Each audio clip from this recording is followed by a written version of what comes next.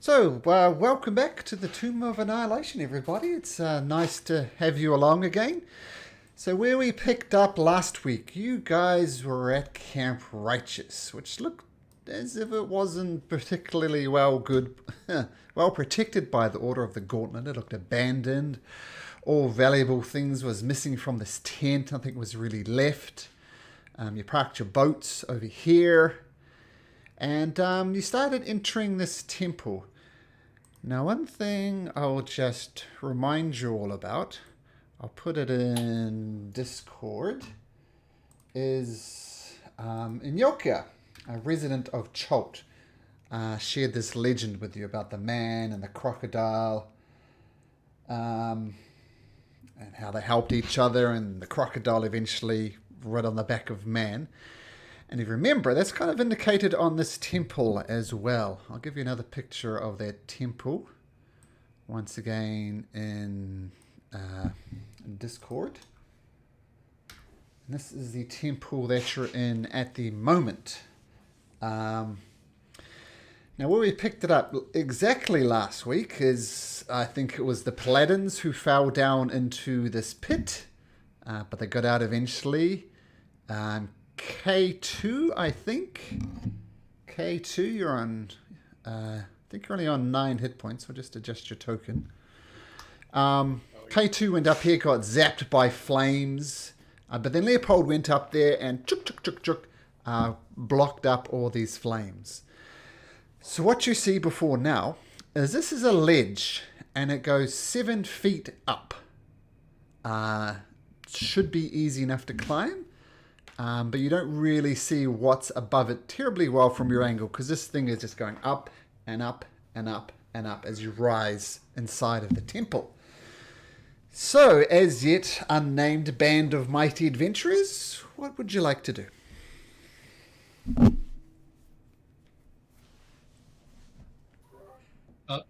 Does the wall go... You're on mute, Eric. Or we can't hear you. I'm still on mute? No, that's good. You're good. Oh, yeah. I said go ahead, Jimmy. Whatever you were going to say. So the wall just goes up and up and up, or does it seem like it has an end that we can climb over? This next area of the temple here, to get to that area, you have to climb the 7-foot ledge. Looks easy enough to climb. It's only 7 feet. So you should be able to shimmy up to this area up here with this grid... with this grid area that you can see, but it's a 7-foot climb. But we kind of have to be moving in order to jump from there to there. You should be able to pull yourself up very easily. Like this goes 7 foot up here, then this area is flat, and then there's another 7-foot rise up here. So think of it as like steps that just go up and up and up. Does that make sense? What were you going to say, Eric, while I wrap my head around this? Oh, I was just going to say that Leopold and I are both wounded, and maybe someone with a little bit more strength take the lead from here. All right, Rock will do it. Actually, probably you couldn't see it because I assume you could see what I see, but with your vision there, Jimmy. So this area here, this ledge here, rises 7 feet up into the air. Then that takes you to this gridded area here. Then this ledge here is another 7 foot up. So it's like steps up there. Yeah, I think your vision wasn't showing you what I was pinging on, but there we go. Okay. No, I was just thinking it was 2 walls and this was a gap in between, not a climb like a step. Okay. Yeah, like a staircase, yep. Gotcha. Well, before we all go shimmying up this trap-laden temple, I asked our guide, what does she think about us going into this temple? Should we stay the course? As time is of the essence. Well, Selida says, well, it is true, time is of the essence, but, treasures, temples obviously have great treasures inside of them. So it might be worth investigating. And really, we're on a to explore the entirety of the island is going to take weeks, perhaps even months. So I think in terms of you're worried about time, I don't think this is going to be much of an issue. One way or another, this is going to be resolved within hours, and we have weeks of travel ahead of us. So in terms of time, I don't think it's neither here nor there. Your decision. Okay. Thank you for your input, Salita. Most welcome. So Rock would like to shimmy along this narrow band here to get to where Leopold is, and then see if I can do a. Oh. We put a board across here to make it easier. Oh, okay. Looks like right here, right? Okay. Yeah, perfect. Beat me to it. Yeah.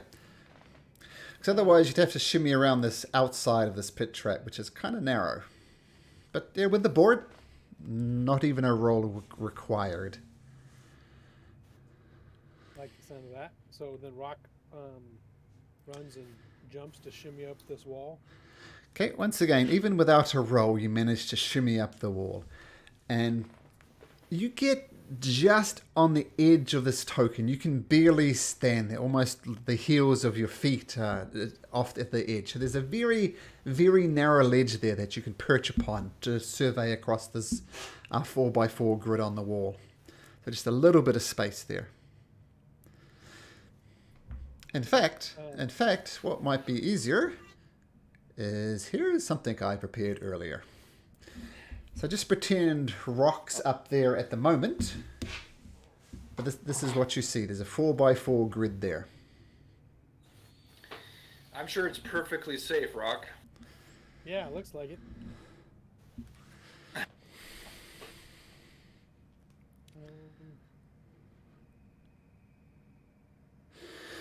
And actually, I'll take you back to the previous map for just a second. So you notice there's some type of you see a similar grid on this door here, on the far end, but from your position, because you're only because of this ledge, you can only see about half of the door. But there's a similar 4x4 grid there, but you can only see kind of the top two, and it just looks like a grid. They're not lit in any way or anything like that. Just a grid, but you can only see sort of the top half of it because of the angle of this ledge here. If someone got on someone's shoulder, would they get a full view? Is the ceiling high enough? Well, who's going up and who's going on whose shoulder? Well, we got to get across this grid of death first. Yeah, and Yoka's going to join him, and Okay, tell you what, I'll put people who are not joining over this side. So at the moment we've got Rock and Inyoka. Everybody else, so pretend this is the other side. I know it doesn't make sense from there. Actually, I'll put them on the side here. So these people on the side haven't yet gotten up on the ledge. So Rock and Inyoka, what would you like to do? I'm going to take my club, just hit this square with it. Okay. So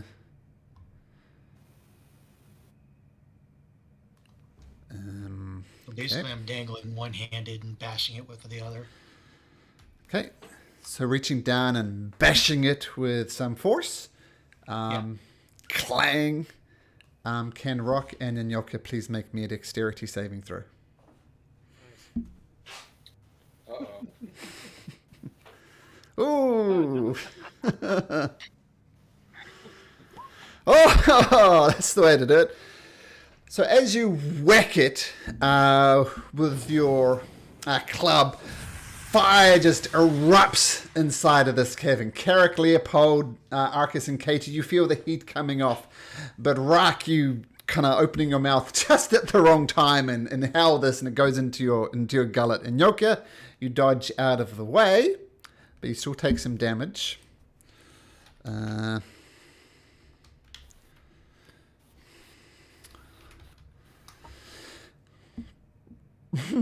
was a great roll, Malcolm. Inyoka, you take 14 points of damage. Rock, you take 29 points of damage. Nice. Ouch. I'm done. That's gonna leave a mark. Yeah. I'm like, it's your fault, Selena, as I fall down. Oh, Anoka, you're alive, and you see Rock beside you, like burning in a little crispy bundle. What do you do?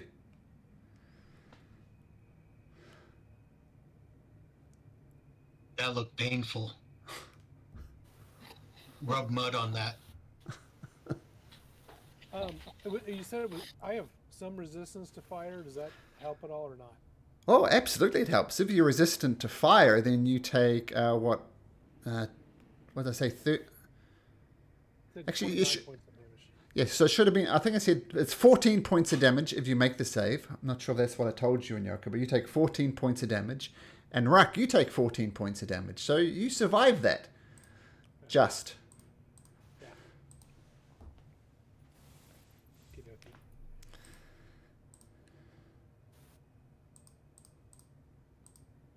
Phew. Okay. And just in How come case.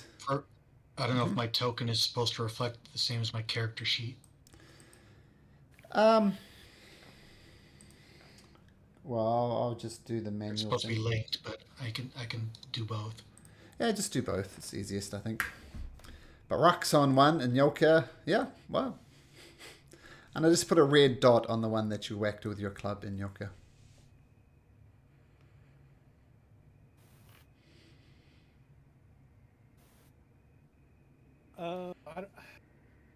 Rock's like, I don't think this is worth the effort.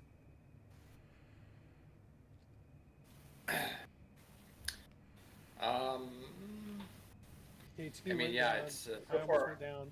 Leopold almost went down. So far, it's not looking so good. Every inch of this place is trapped. But I could use Mage Hand from a distance, perhaps, to test all of the squares. Keep in mind. Now you say. Yeah. Keep in mind you're down. You're right, kind of balanced on this ledge here. So if you want distance, you'd have to go down, and then you could try it that way. Yeah. Yeah, Rock. Why don't you? You're looking pretty rough, Rock. Maybe come back to us. Yeah. I'll shimmy down Okay. the wall. Shimmy down. Yeah, I'll back up too. So, Okay. Malcolm, if I'm on someone's shoulders, on the other side of the pit, why wouldn't I be able to see enough to do a Mage Hand on the floor? Let's have a 7 look. feet up.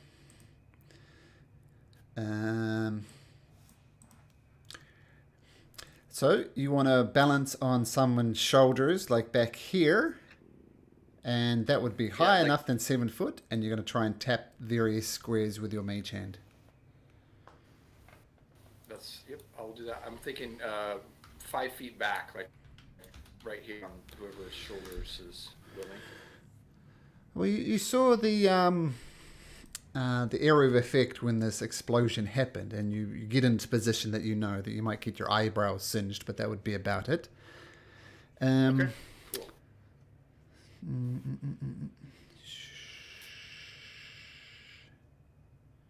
If he gets on my shoulders, would I have complete cover then?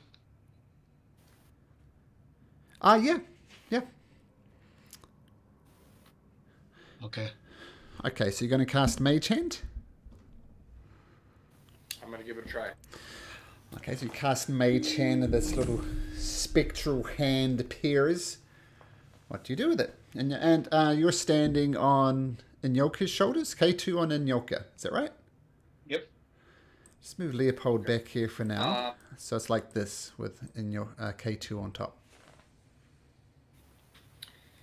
I'm going to try. So if we're on this side, I'm just gonna try it. Let's try like this square right there. The second from the second to the right on the bottom. Yeah, this. Which one?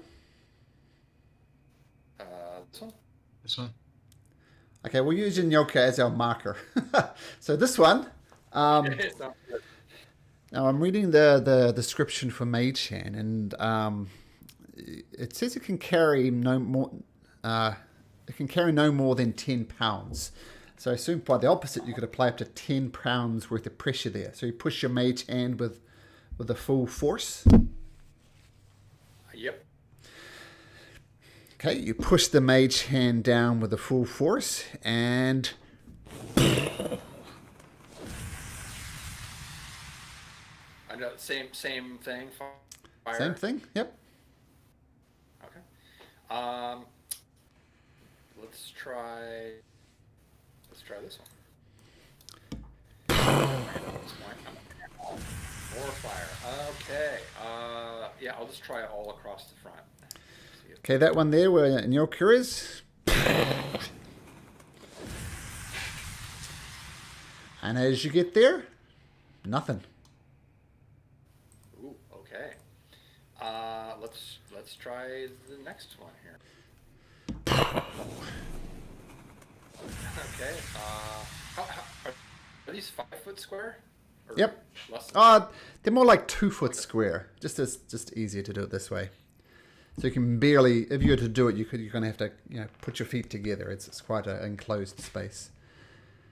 And so this one exploded, and no explosion. Okay. Let's try this.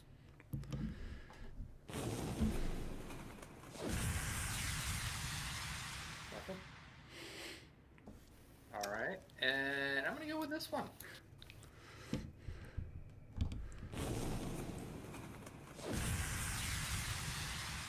Oh wait, this was an explosion? This one exploded.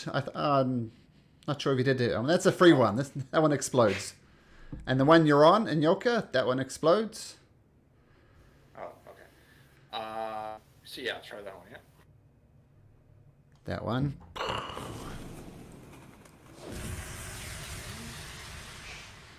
Nothing. Very good. All right, and Yoko, what do you think in this one or this one? Yeah. That one. Is this one? Nothing. Okay, who's the brave soul? So this.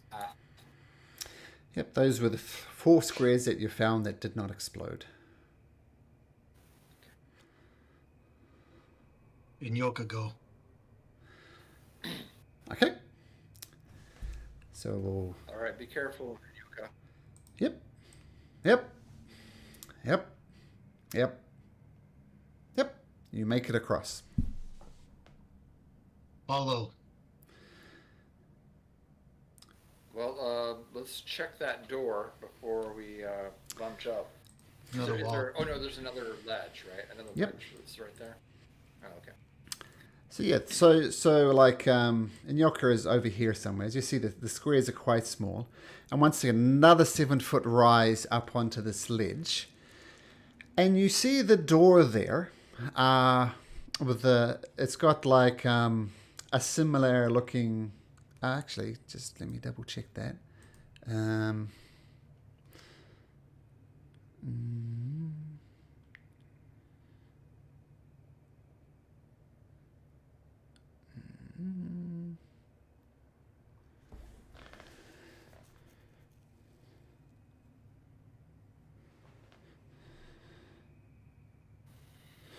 Okay, so you climb up the 7-foot ledge. And this door here that you see in Yoka has no obvious way to open it. There's no door handle, there's no hinges, there's nothing like that. And you see there's a similar 4x4 grid as was on here. And can you just make me a perception check, please, in Yoka?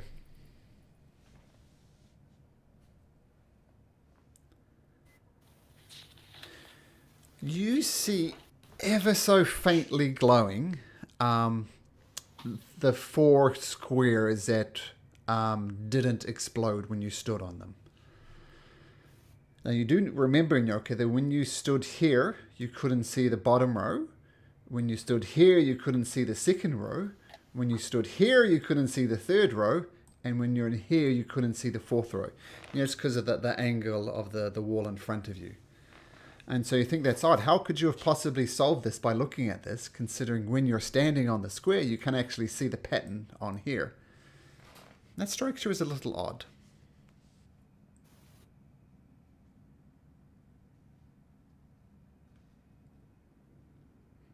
Pattern on door.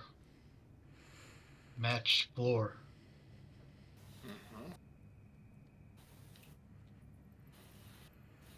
We push. That's what I was thinking. I will note that the top part of the grid on this door is 9 feet high.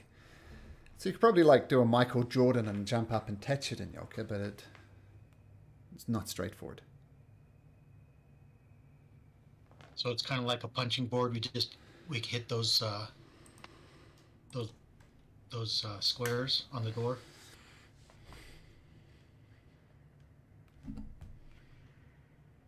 Give it a try. Okay, I will push the first square on the door.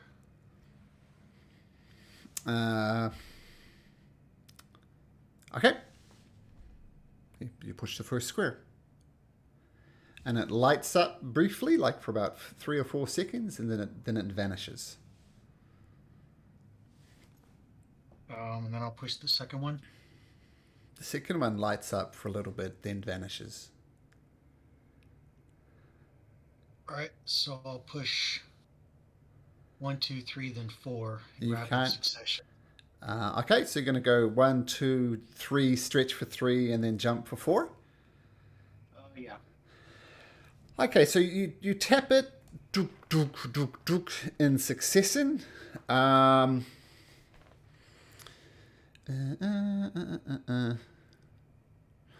Okay, can you make me a Constitution saving throw, please? If it's a spell or magical effect, I have advantage. It is a spell or magical effect, so at advantage. Okay. Okay, so as you touch the fourth one, you feel a pulse of energy, and thunder echoes through the cavern like. And you're going to take half of this in damage. You're going to take... oh, that's good. Only 3 points of damage. But this concussive force... but you manage to hold, and you maintain your position up on this ledge. Which is kind of good, because if you hadn't, you would have tumbled down here, and who knows what bad stuff would have happened. Does the door open? Nope. Oh man. Did that not work?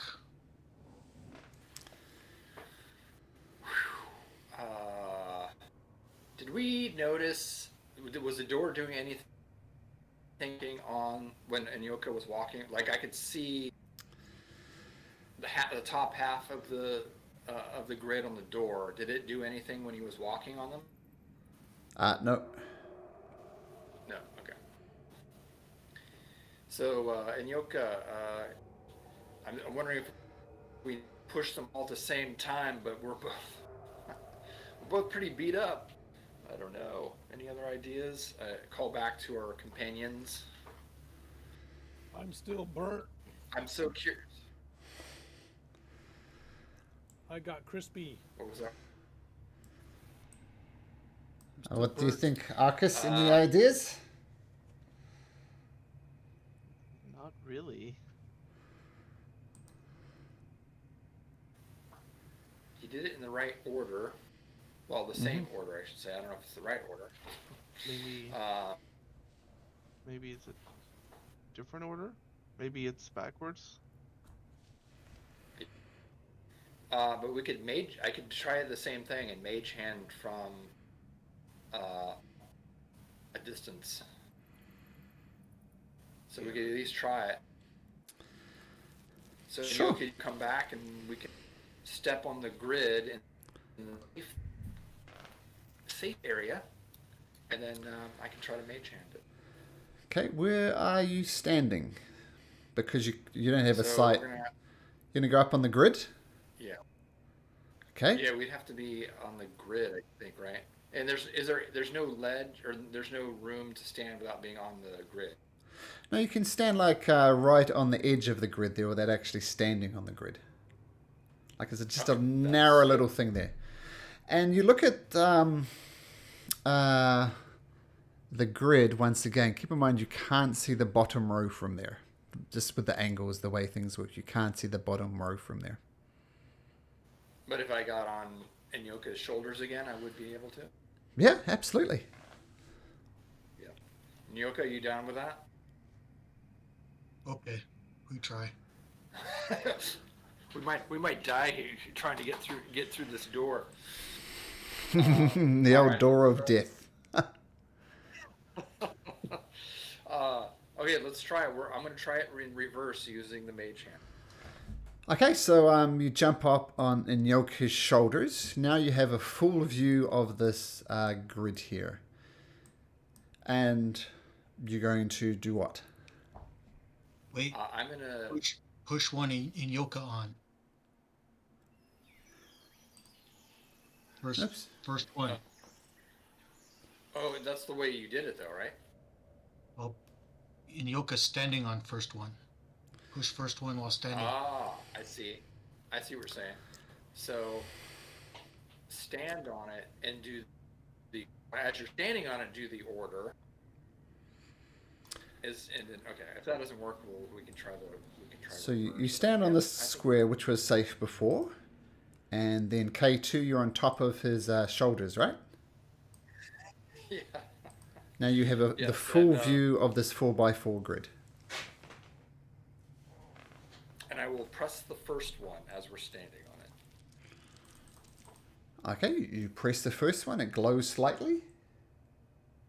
Does it stay lit or does it do the same thing? It lights up for a few seconds and then it goes out again. So you just want to do the same thing in Yoka? Just walk on each one and press the button? Or what are you thinking?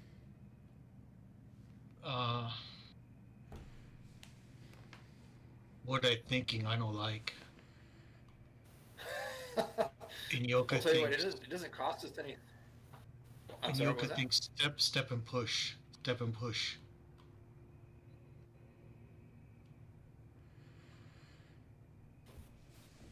All right, then let's try it.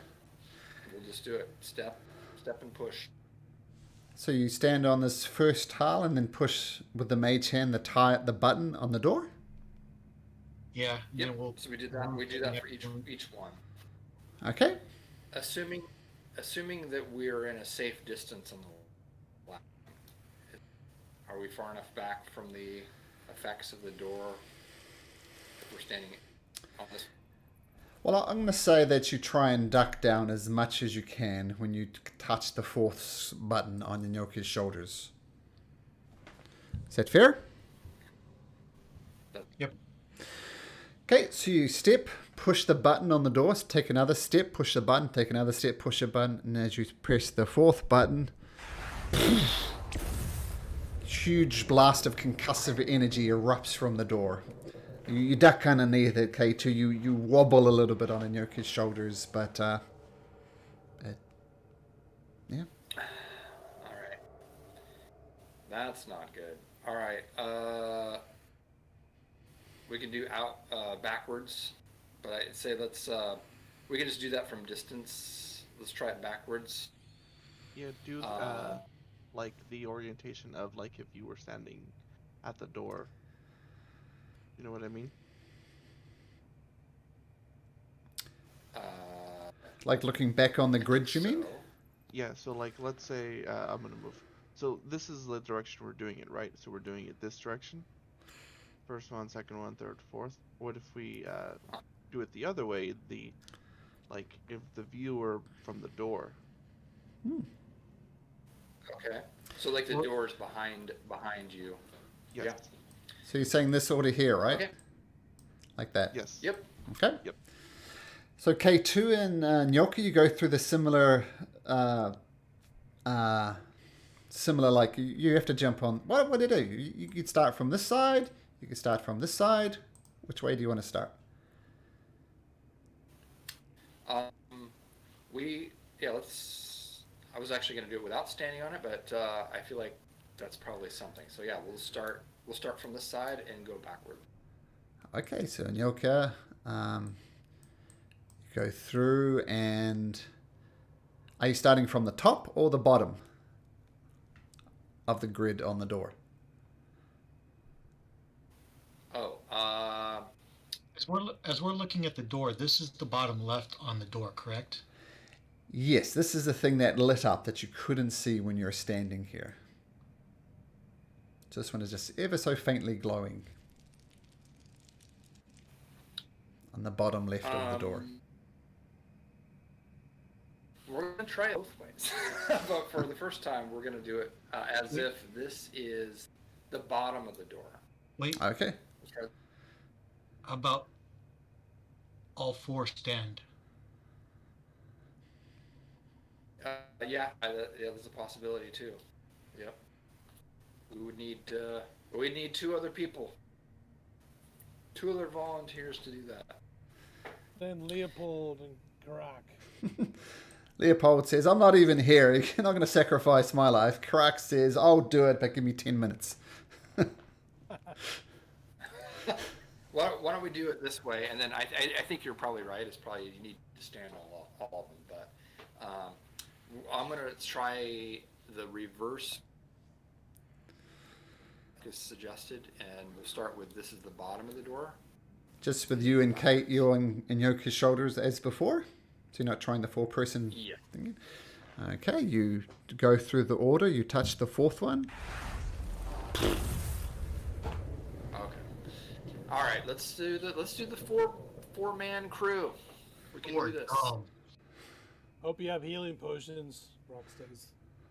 Actually, I know, you're right. Karak, if you're going to do the shoulder thing, then Karak volunteers. Okay, so where would you like to? Karak says, I'll stand here. The rest of us should be safe because it's up higher as long as we're standing on the right tiles. Yeah, the blasting definitely went over your head. So, yeah, you feel the concussive force, but not enough to knock you off or anything. So I'll just stand on Karak's shoulder. Oh wait. We need someone over. We need someone over here. But I'll stand on Karak's shoulder. Okay. Rock will go on one of the safe tiles. And Karak will go there. Good. Ah! Karak will go there. Ah! Karak will go there. That's fine. No, that's fine. He's on. What? 'Cause we Here. need to Yeah, I work was for- on his shoulders. Yeah. Yeah, I'll be on you're his on- shoulders. So be one of the. Oh, I see. I'm on his shoulders. Okay. And Arcus, you're going to stand here? If there's someone left, he would, but he's not happy about it. He doesn't like this plan. I know we're like really. There better be something good in there. We're thinking no. So I'm going to say Rock goes across there first, leaving plenty of room. Then Anyoka goes across. Then Arcus goes across. Then Karak. Looks like he's standing on Karak's shoulders, and K2 you balance on top of his shoulders. Okay, you're going to start tapping. I'm gonna start tapping. So just like the order that you tried for the first time. Yep. Yeah, I'll give that a go. All right, reverse order. Okay, so like Arcus suggested a while back, you can do it in that order.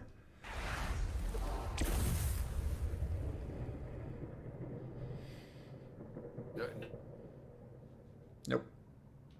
Oh man. Okay. You're stupid. Yeah. For once, I agree with you, Inyoku.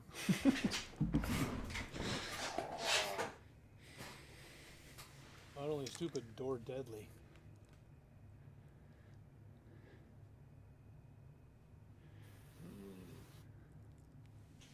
Maybe K2, you do an insight check with guidance to see if you can figure something out.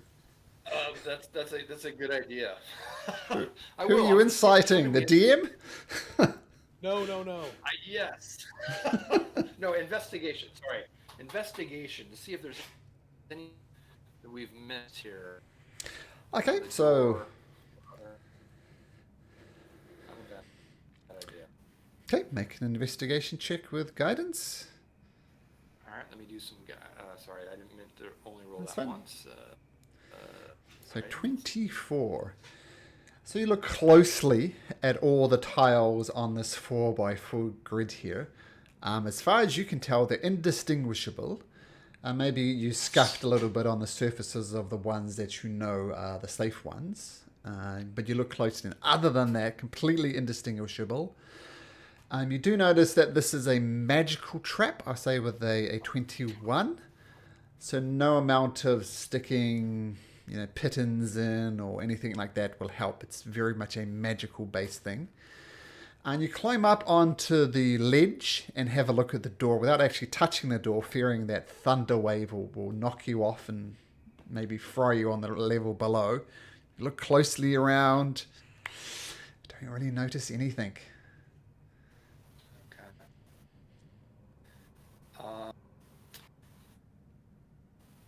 Just for see if there's any secret doors or something on the sides. No. Okay. No. With your 21, you checked for secret doors, tapping every way you could. Apparently, in your opinion anyway, the way forward is through the door without hinges, but with this grid on it. Okay, guys. There's a solution here. I just don't know what it is. Doc's brain hurts.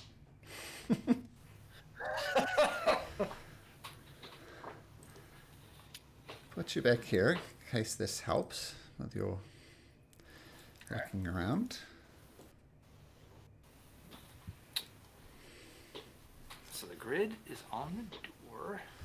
Yep, right on they here. light up briefly. Mm-hmm. Test each one. Like every square? Touch every square. Every square. On the door? Yeah, what were we thinking? On the door or on the floor? On door. One at a time. Just touch. See what happens. See if there's something. See if something else happens.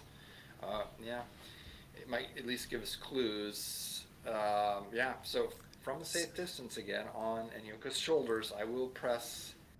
So pretend this is the door First of all, now. I'm going to press one. Okay. I'm going to press this one. We know it was a fire. Okay, close briefly. Try that one first on the door. Mm-hmm. So same thing. No thunder wave. No different. Okay. Lights up briefly, then goes out. Same color. No indicator. No, it's a brief glow.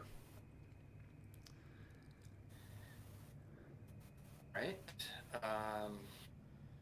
Yeah, I don't know if that helps, but I'm gonna go ahead and press 4. Okay. Just ones that are likely traps.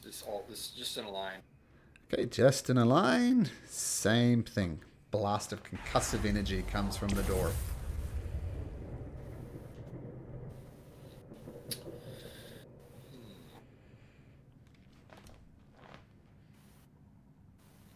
I mean, we've so just to recap, we've done in the order that we walked. We did the reverse order, and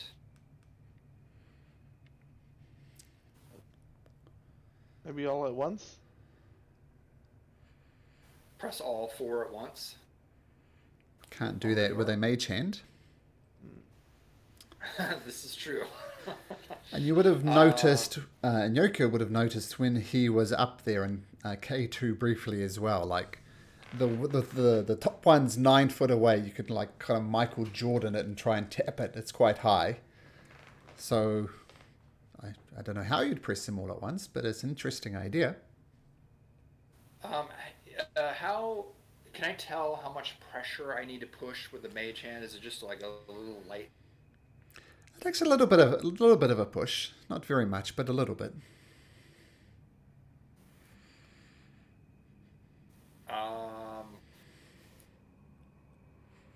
What I'd like to do, I'm gonna try. I'd like to try this. Is find some material from the tents and stuff like that, and make like a, if available, like a almost like a, I don't know how to describe it. Just like a really lightweight structure, like the stuff made out of the tents, right? Like wood or whatever, with little pieces of wood sticking out. So the idea is to have the mage hand hold this, assuming it's less than 10 pounds, and press into all 4 buttons at the same time. Okay, so you're trying to Probably construct take a... some time.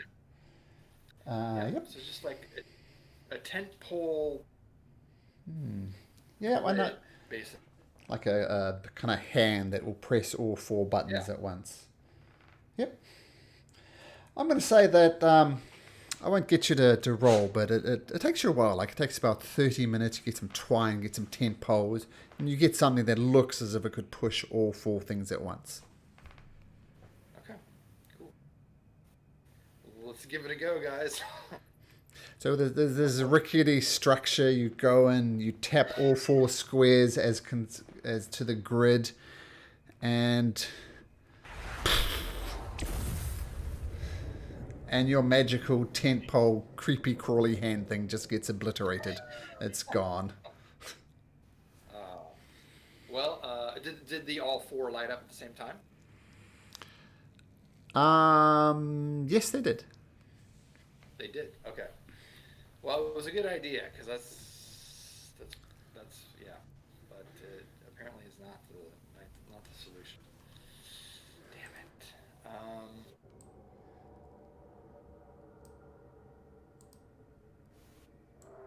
Our guide have any suggestions? Zelita, can you help us here?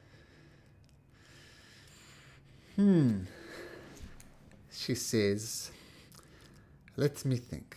Well, let's have a summary of the facts. You fell down into a pit. That was unfortunate. The scythes chopped at us when we entered this area here. And the only way you could see the door here, once the grid was activated, was K2 riding on top of Inyoka. So it seems the only way to correctly see this door is if one is the riding on the shoulders of the other one. I'm not sure what that could mean, but that is what we have tried successfully so far. Obviously lots of failed attempts, but let me know what you think. Okay, that could be it could mean certain death for a couple people, or or it could be the clue. But the riding on the back is the temple, right? So the on the shoulders is the alligator, and the humanoid is on the bottom. I'm wondering if you have to work as a team and press 2 together. Each person presses 2. The problem is we'll be in the danger zone to do that. I mean, I tell you that you can tell that if you stood on his shoulders, for example, up here as you suggested, you could touch all 4 at once that way.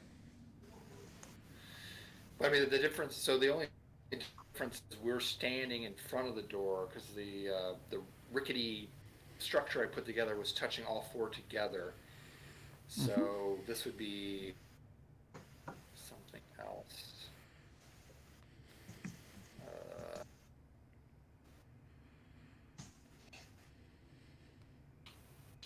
I don't know. Are they the same size? The tiles versus the tiles on the door? Yeah, I'll say they are, because this door is 9 feet high, and you can see this is just a little bit shorter than the 5 and 10 feet. So yes. But are they just plain stones, or do they have markings on them? there's no markings on them. And they just look like squares like carved into the rock surface of this door. But when you touch them, there's no real resistance to it. Like, there is resistance. You don't actually push them. But when you apply enough pressure on them, they light up. So they don't move into the door. If that makes sense.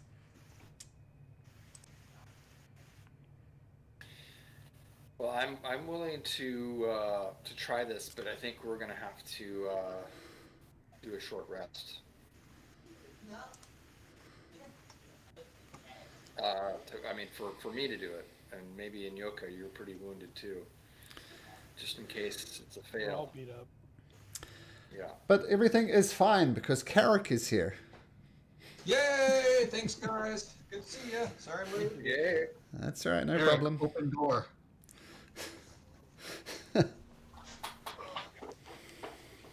I'm Yeah, so we're, disappointed that you guys are still in the same spot that we were last time I was with you.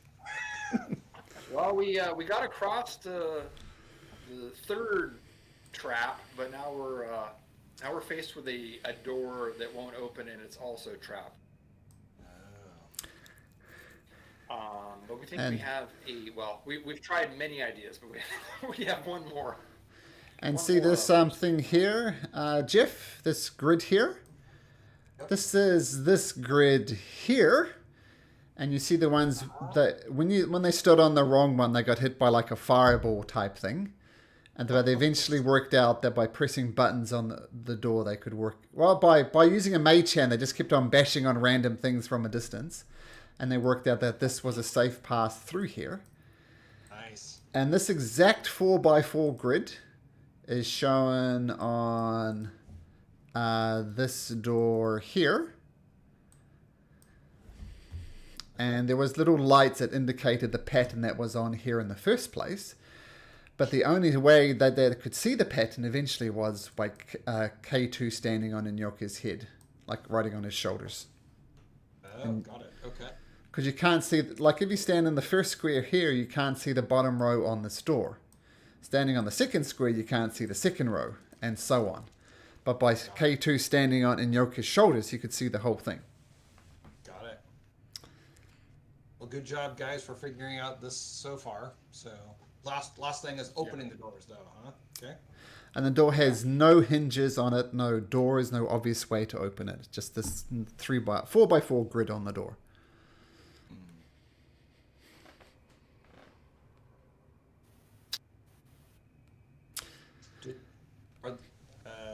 The grid that's on there, anything looks like it recesses or kind of almost button-like type of thing? When you apply pressure to it, it lights up, but there's no pressure. Like it doesn't recess into the wall. Okay. It's almost like an iPad, right? You touch iPad, apply a little pressure, but the iPad itself doesn't move. That type of idea. Okay, and before you arrived, there was talk of a short rest. You guys want to take a short rest? Well, I think if we're gonna can try a couple things and then Okay. we'll take one. Maybe, Carrick, if you're okay with that. Yep. Okay, what are you going to try? Any more ideas, anyone? I have one. Well, I think that we had a big hint about being on the shoulder. I think that's we definitely need to do something. I just don't know if that means standing in the door, in front of the door, and you both press 2 buttons apiece. Or yeah, that's the only thing. But Have you guys already action I tried to do made the- press. Have you tried to do the same pattern that that worked for the floor on the door? Yep. We did. And a Bad thunder yoga. wave. all standing on it. And Yoka Anyways, have it's- branded. Yeah, Nyoka Yoka. was up here, and he tried pressing buttons on the door, and for some reason it didn't work, and a huge thunder wave erupted from there. Fortunately, Nyoka rolled a pretty good dexterity saving throw, which was good. Otherwise, he would have fallen down on this thing and potentially be fried by the fire as well. But he made a save and he didn't fall off this ledge, but there was a chance he would have, but he didn't. In fact, it was a constitution save and he rolled a 20, so Okay, and Yoka have plan. Oh, I'm gonna try making a friend with the snake and then beast bonding with it, uh, just to see if it knows how to get in through the door. Interesting. Interesting. So you call a snake comes up, and you have a telepathic lead. So you find the snake. Sorry, I was trying to also do snake animal friendship. Okay. Uh, That's a cantrip for me, or that's at will for me, okay. and then beast bond after that. Okay, so you find a snake, and with one beast you touch it is friendly. So it's friendly to you. I can see the beast can understand your telepathic messages. Okay, so you can communicate with this friendly snake, in other words. Yep. Okay, what do you say to your friendly snake? Show him door, and try and communicate open door. Um, it says in your mind, I has never opened the door before. This does not understand the question.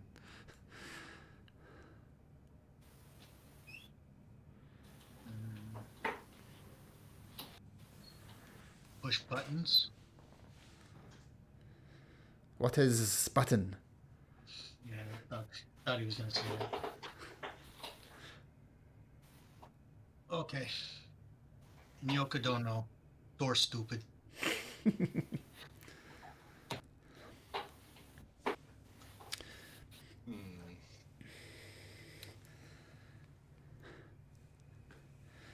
There's no writings on the wall and no petroglyphs or hieroglyphs or anything like that. Nope. Nope.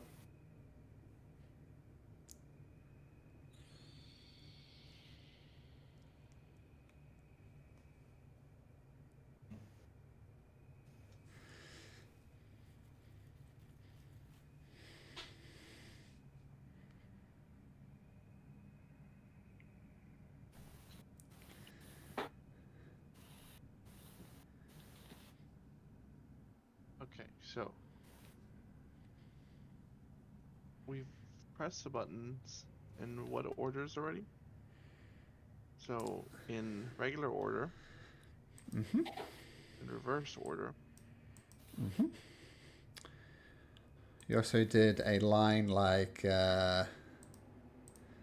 this, straight across, is something that K2 tried with his mage hand. Mm-hmm. That didn't work. And we tried all of them. We tried all. Yeah. He went in the tried to order as if it mapped from your perspective, like this way. That didn't work. You tried it in reverse order like this. That didn't work. Did you guys try mirroring it? What if it was mirrored? You tried the equivalent of mirroring it from looking from the other side. That didn't work. We tried standing on them all and pushing them. Mm-hmm. That didn't work. Like at one stage, it was something like this, with Nyoka there and K2 standing on his shoulders, or not standing, but on his sitting on his shoulders, and so he could get the full view of it. And tap tap tap tap tap tap.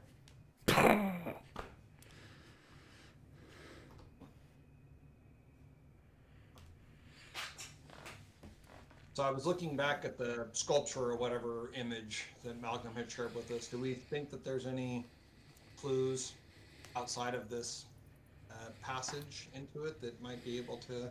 You were asking about writings and stuff like that. It's like there's a whole another portion of this thing. Is it worth trying to explore that? Or are you guys thinking no? It's just a matter of working through options here. Well, is that we're talking about getting on the shoulders, and the lore says so he carried Crocodile safely on his back across the entire realm. But I don't know if that's reflecting what we're trying to do here, or if I'm overthinking that. But we're doing that anyway, so.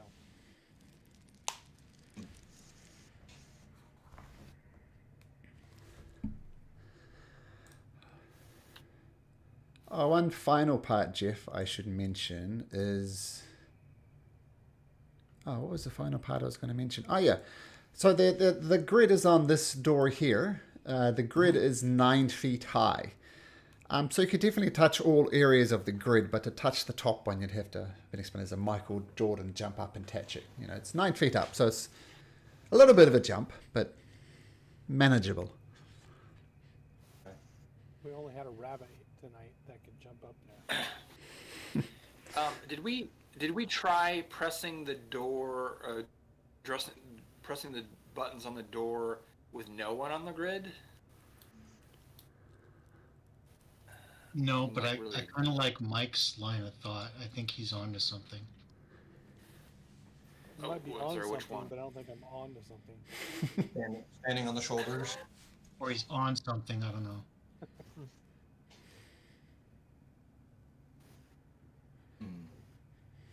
Like, do we have to be on Inyoku's shoulders, but you're not a crocodile?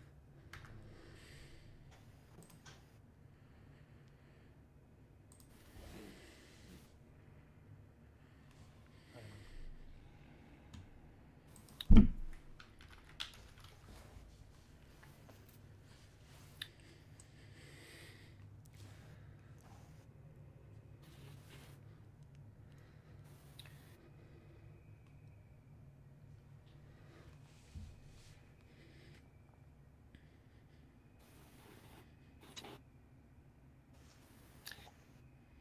I think we should try. I mean, again, I'm just trying all of our ways here, but we could try with no one standing on the grid.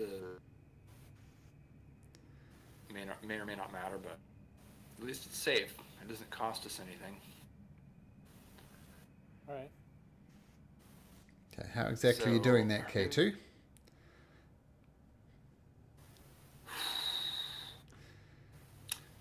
So there's nothing to stand on.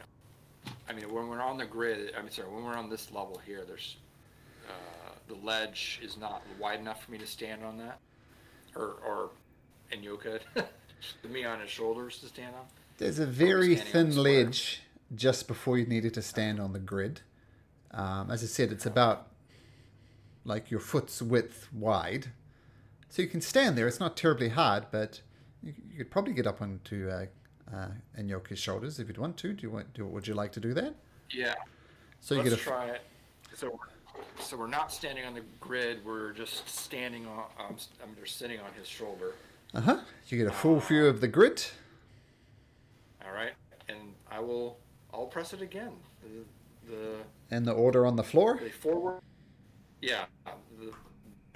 The way we walked on it, and then back. If that doesn't work, we'll do it backwards again. Doesn't work. No. You do it backwards. Forward, backwards. And Okay. another thunder wave comes. Uh-oh.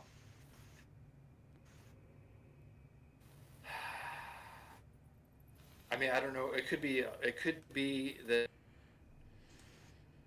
to be standing on each other, or I mean, on the shoulders in front of the door and do it. But obviously, that's dangerous.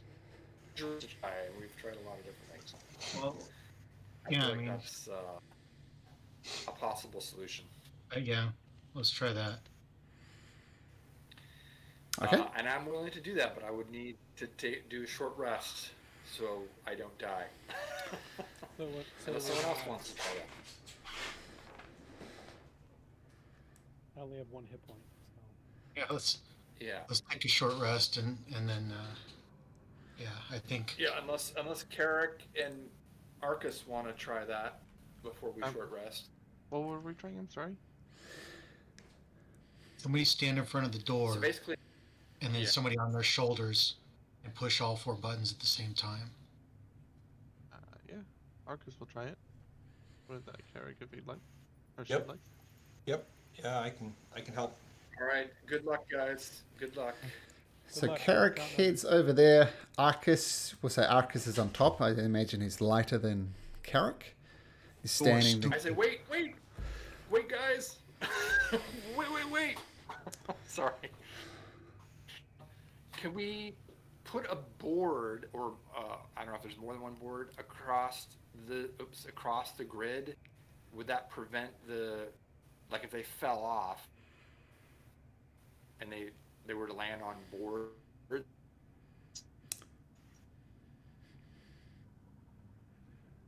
We could try it. Yeah, that's what they could worth a try. I think if there's, we can reuse this board, Mm-hmm. and if anything we can find to like lay it over, kind of like it's on the ledges, right? So if anything, it'll reduce the chance maybe of them. Is there any more boards? It would be great to be able to have. I mean, there's a whole destroyed camp out here. There's plenty of wood. Wood is not your problem. All right. Okay. Yeah, I'd like to nice to be able to literally just go across it then if we have enough wood to be able to do that. Okay. Yep. Okay, you come, and I'm going to assume you very gently place these boards across there. If Yes. you remember when K2 initially tried this, he pushed his mage hand down with a fair amount of force, and that's when it exploded in the ball of flame. So you very gently place boards all across this, so if they fall, they'll hit the boards first, and may or may not trigger the trap underneath it. Okay. It's worth a shot, and Yeah. we're definitely gonna back up. Is Thanks, there, K2. is there, Asilius says, well, this is risky. I mean, if they die, they're probably dead, knocked off the ledge and engulfed in a ball of fire. Is there any type of buffs or blessings or anything we can give these people? Yes, good call. I will bless. I will bless my colleagues. So Arcus, Carrick, and who's the third one? I will bless Inyo, and I'll step away. Kind of go down. Selita ducks around the corner. Undrill ducks around the corner. Leopold ducks around the corner. Okay, so you cast Bless, both of them for the blessing of your god. Going into them. You have a minute to decide if you want to do this Carrick and Arcus. So explain to me, Carrick and Arcus, what you do. I think I'm the whatever the stander, the holder upper person. You're the bottom. I'm the bottom. There you You're go. bottom. Yeah. So what you said before, you don't need to do this. I'm just confirming you're going to, like, Arcus uses 2 hands, Carrick uses 2 hands. And you can see you could press all 4 buttons at the same time if you wanted to. Is that what you do? Yes. Man, that sounds like a hint. When Malcolm says that, it makes it sound like it's like, if you guys want to. So, all right, yeah, that's good. It's like the DMs, like you say, I open the door, and the DM says, exactly how do you open the door? And everybody panics. Is that what we're doing, Arcus? I got the bottom 2, Well, you got the top. let me throw one thing out there. Let me throw one thing out there, guys, before you do this. When we were pressing the buttons, it glowed for a couple seconds. So in theory, you guys could go beep while it's still glowing. Next one while it's still glowing. Third one while it's still glowing. We tried that. We tried that. Yeah, but the glow went out. You couldn't in time, I don't think. Well, And I we must didn't. ask DM. We didn't look like we weren't the alligator on the back either. I think Mike was right. I think they need to be on top of each other and push them all at once, and I think that'll work. Right. I don't think so. I don't think that the all makes at once sense, is but I what feel it like is. What do you think, Well, Arcus? you guys were in harm's way, so it's up to you. Yeah, this is an Arcus Carrick conversation. So what are you doing, Arcus and Carrick? Yeah, what are you thinking, Arcus? I think we should try to do them one at a time in the order. And hopefully we do it fast enough. We just have to like get our hands ready to like press them like in rapid succession, so they don't go out. All right, so we got our hands up, and you're up above, going 1, 2, and I'm 3, 4, like that. Yes. Okay. So Let's top do to it. bottom or bottom to top? I think we're doing. Oh, that's a good point. I was thinking that we were going top and then bottom. Arcus, what are you thinking? How have we done it before? You did it lots of different ways. From the only way mage we hand haven't from done here. Yeah, from the The only mage way we hand down haven't here. done it sorry, Malcolm. Go, Jimmy. The only way we haven't done it is doing them all together on top of each other. We've done it down below, pushing all of them together. That didn't work. We did it with him on top of me, doing them quickly in order. That didn't work. 30 seconds left on the bless. I don't know. I really feel that it is separate, especially because metagame a little bit, but Malcolm keeps saying, "Oh, how are you doing it, top to bottom," sort of thing. I agree with you, Arcus. All right, let's do it. Arcus, which way are we doing? Are we going like top Well- left, top right, bottom, well, left, yeah. bottom right? Yes. Okay, let's do that. We're doing it. So all at the same time? Or No. It's sequential. Yes. top to That's bottom, top bottom left. to top? Top to bottom. left, Top to right. bottom. And you're following this pattern here. Yes. Okay, so with Arcus perched on top of Carrick, you start tapping the buttons and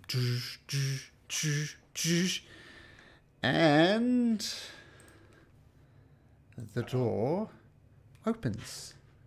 Woo! Nice. Nice. Good job, Nice, Well nice done. job. Good job, Arcus. And Celida says, "Oh, that's interesting. To solve this puzzle properly, we had to form looking like the crocodile and the man. And to solve this puzzle, we had to look like the crocodile and the man. Maybe we should have paid more attention to that story that Inyoka told us." I Or tried, stupid. but I'm not smart enough. Yep. Maybe part of the solving of the solution was getting blasted a couple times by failing. Easy for you to say, Carrick. So you look through into this room that's now open, and the floor of this dusty 40-foot high, 20-foot wide chamber is littered with dinosaur bones. Webs stretch from walls to a 30-foot central pillar, coiled around which is a narrow stone staircase, its steps covered with dust. Carved into the pillars are reliefs of a man carrying a crocodile. The relief follows the stairs to the top of the pillar, on which stands a beautiful ceramic mug. I'll just put that into roll 20 so you can have a little bit better. So up on top here you see a beautiful ceramic jug. Right on shoulders to get jug. Yeah. I feel like this is kind of reminds me of a story that I heard about Illinois Jonas. Yep. We should maybe find like something that'll same weight to replace it with. I will point that you can see the top of it, but it's 40 feet above, so you can't just reach it. Even on your shoulders, you couldn't reach it. But there's these stairs that wind all the way up to the ceramic jug, which is at the top here. Can we find like This might something also- Something. like to put instead of the jug if we go up the stairs to try to grab it? Well, I assume you'd all have a. Well, you would have a bag on you. Carrick, you can do that if you like, of course. How much do you put in? What's the weight of this jug? Actually, Let's say- Go ahead. are we able to tell if it looked like the arms can move, or is it does it look like solid stone? The arms? What arms? Yeah, I was just gonna say, what are you talking about? I didn't Oh, I get thought you stuff. said there was this. I thought it was a statue or something at the top. Okay, so I'll explain it again. So there's lots of dinosaur bones at the bottom here. This you see the jug. It's right at the top, 40 feet above the floor, and you could go up these winding staircase here, all the way up to the top, and it leads all the way to the ceramic jug. So I mean, the obvious way would just be walk up the stairs and grab the jug. Yeah, that sounds like that's another. No, Yeah, carved, that sounds like not gonna happen.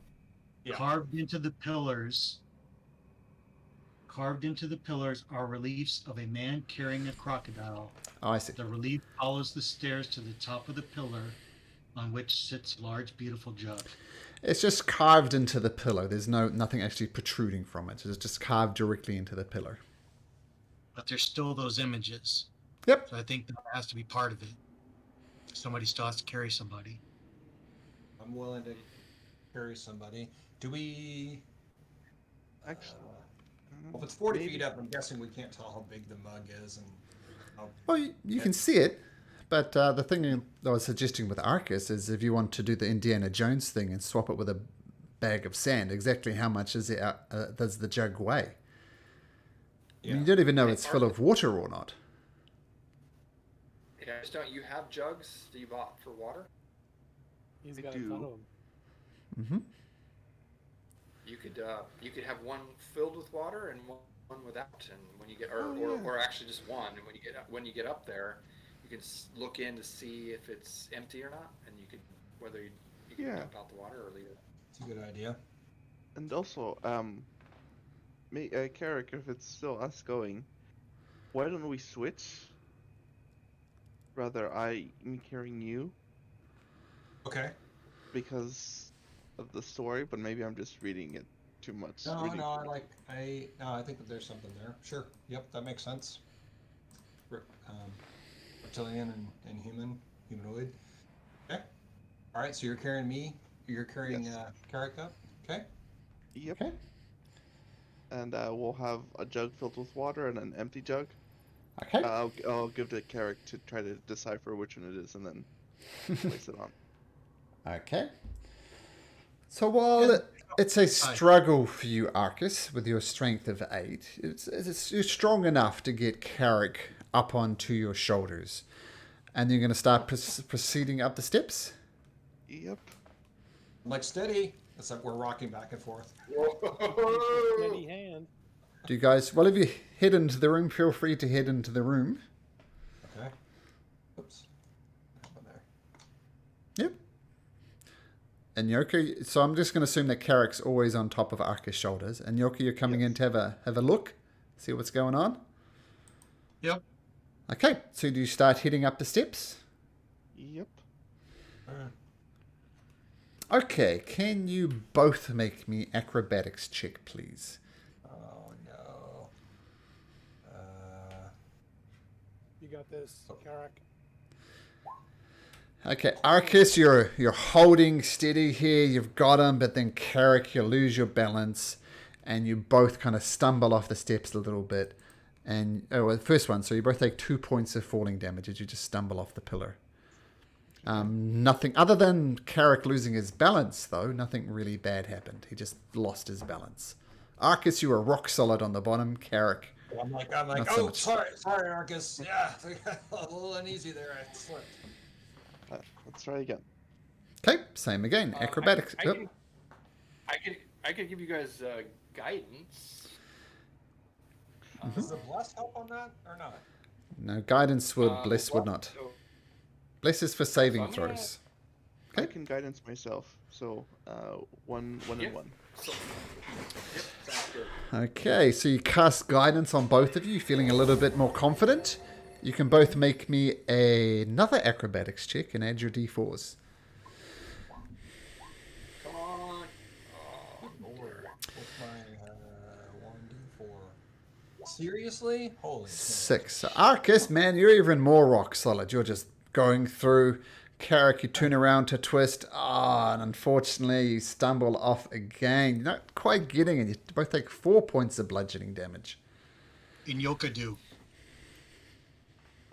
In Is, Yoka athletic. question is the stairs doing anything like lighting up or whatever as they're walking Nope. up? Nope. Or is it? Appear to be perfectly normal stairs, just that you're not quite coordinated. I mean, it's hard, right? Walking up a spiral staircase, doing piggyback style. How far are we making it each time we I'm saying about 10 feet. okay. I tell Arcus, I don't know if I'm gonna be able to make it, man. Well, I'm just wondering if you guys can just walk up separate and then towards the end get on each other's shoulders, but who knows? Well, give me guidance. I'll hop on. I got +4 already to those, so I should have a better shot at it. Okay. So you're going on Arcus? Yeah. Okay. And double guidance, I assume. So guidance is gone and you're both guided. Okay. And Yoka? Man, Ah, this time in Yoka, you're raw solid. You're almost standing on top of Carrick's shoulders. But Carrick, man, doesn't like people just standing on his shoulders, being too confident. And you both stumble to the ground, taking 2 points of damage as you bonk into the ground. Sorry, Inyoka, you're heavier than Carrick. Stupid stairs. Yoka on diet. You're going to try again, Arcus and Inyoka? Can somebody heal me? Does anybody have any way to heal me? Should we take a short rest? I only have one Yes, spell slot short rest. left. I want to save it for a rainy day if someone goes down. Let's take a short rest then. These stairs are gonna kill us. Casey. Well, I won't get. Yeah. Yeah. Where are you resting? That's a And great listen, in the temple, or there's some perfectly good tents out here? I mean, Where do you go? yeah, theoretically we could back out, and we know how to get in now. True. Yeah. But we'd be safer in that. Well, I don't know if we'd be safer in the temple, but We have a way to keep the door open so it doesn't close on us. Yeah, that's a good call. We should put something. Why not stay in the room? Or was there a reason why you didn't want to be in the room? Do we have a way to keep the door open? Oh, I see. So we don't get trapped inside. Got it. Okay. I have a crowbar. Okay, so you're going to crowbar this door just a little bit open so you can get your fingers behind it and open it if necessary. Rock? Yes. Leader says this seems like the safest place in the jungle, so she gets in the corner, lays up. Leopold says, yeah, I need a rest too. Goes into the corner. Undrill comes, being very quiet this whole time. Rock, are you coming? Yes. I'm, little beat up. Gotta find his so crowbar. I got it. I'll put my club in there too. Okay, so crowbar and clubbed open. Okay. You all get out your kits and medicine and start patching yourself up, and you can all take a short rest, no problem.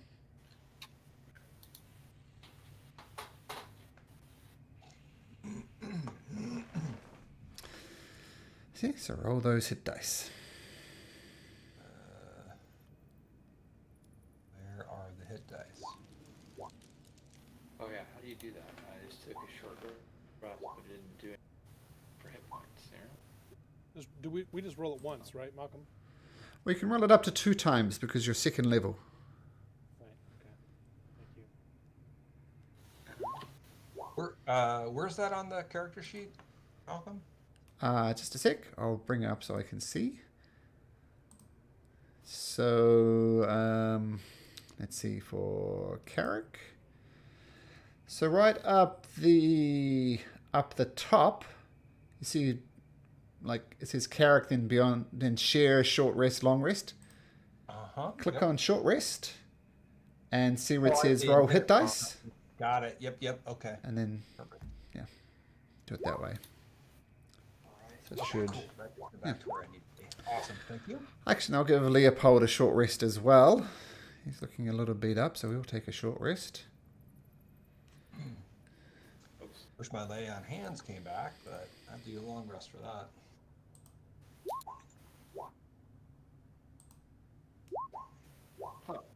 That's weird. I rolled, but it didn't actually adjust. So I guess you gotta manually adjust that, maybe. You have to click the little boxes there. See the little boxes? Yep. Click on the 2 boxes and it'll say like 2d8 plus 4 or something like that. Then click on the take short rest button. Click confirm and that should be it. Okay. Click on roll hit dice. Yeah, hope that makes sense. Anyway. Okay, so Leopold at least is back up to full hit points. Now, if you did use 2 hit dice, just remember, because this could become important. At the end of your long rest, you're going to get one of those hit dice back. So you get half of your hit dice back at the end of a long rest. So you can't. So in other words, no more short rests until you've taken a long rest. So just make sure we keep a note of that. Do that. To do arcane recovery, is it just a manual thing? I'm not sure. I didn't see the option, so I'm just gonna do it. I'll select that I used arcane recovery. Get 1 spell slot. Okay, perfect. I think it's because arcane recovery is technically optional. You don't necessarily need to do it. I don't know why you wouldn't want to do it, but technically optional. Well, everybody is rested up. Who is going to try it? Karak, you did good for the most part, except for that last one. Yeah, the last one was tough. So who do we got? I like the Karak or Inyoka combination. Yeah. And Yoka do.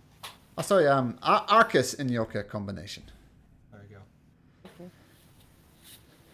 All Okay, you right. casting guidance. Guidance. Okay, May guidance be upon you. you're guidanced up. Arcus, yep. Inyoka, roll the d4. Oh man, you just lose your balance again and thump to the floor. You just can't seem to do it together. 2 hit points of damage, both of you. Oh, for God's sake. Somebody needs to be able to do this. Would you like me to try on somebody's back? I am not especially dexterous, though. I think we have the right combination. We We just do. need better. Yep. We do. You're going to guidance up? Yep. Thank Yep. goodness. Guidance is a cantrip. Arcus! Yeah. Uh, Yoka. the guidance?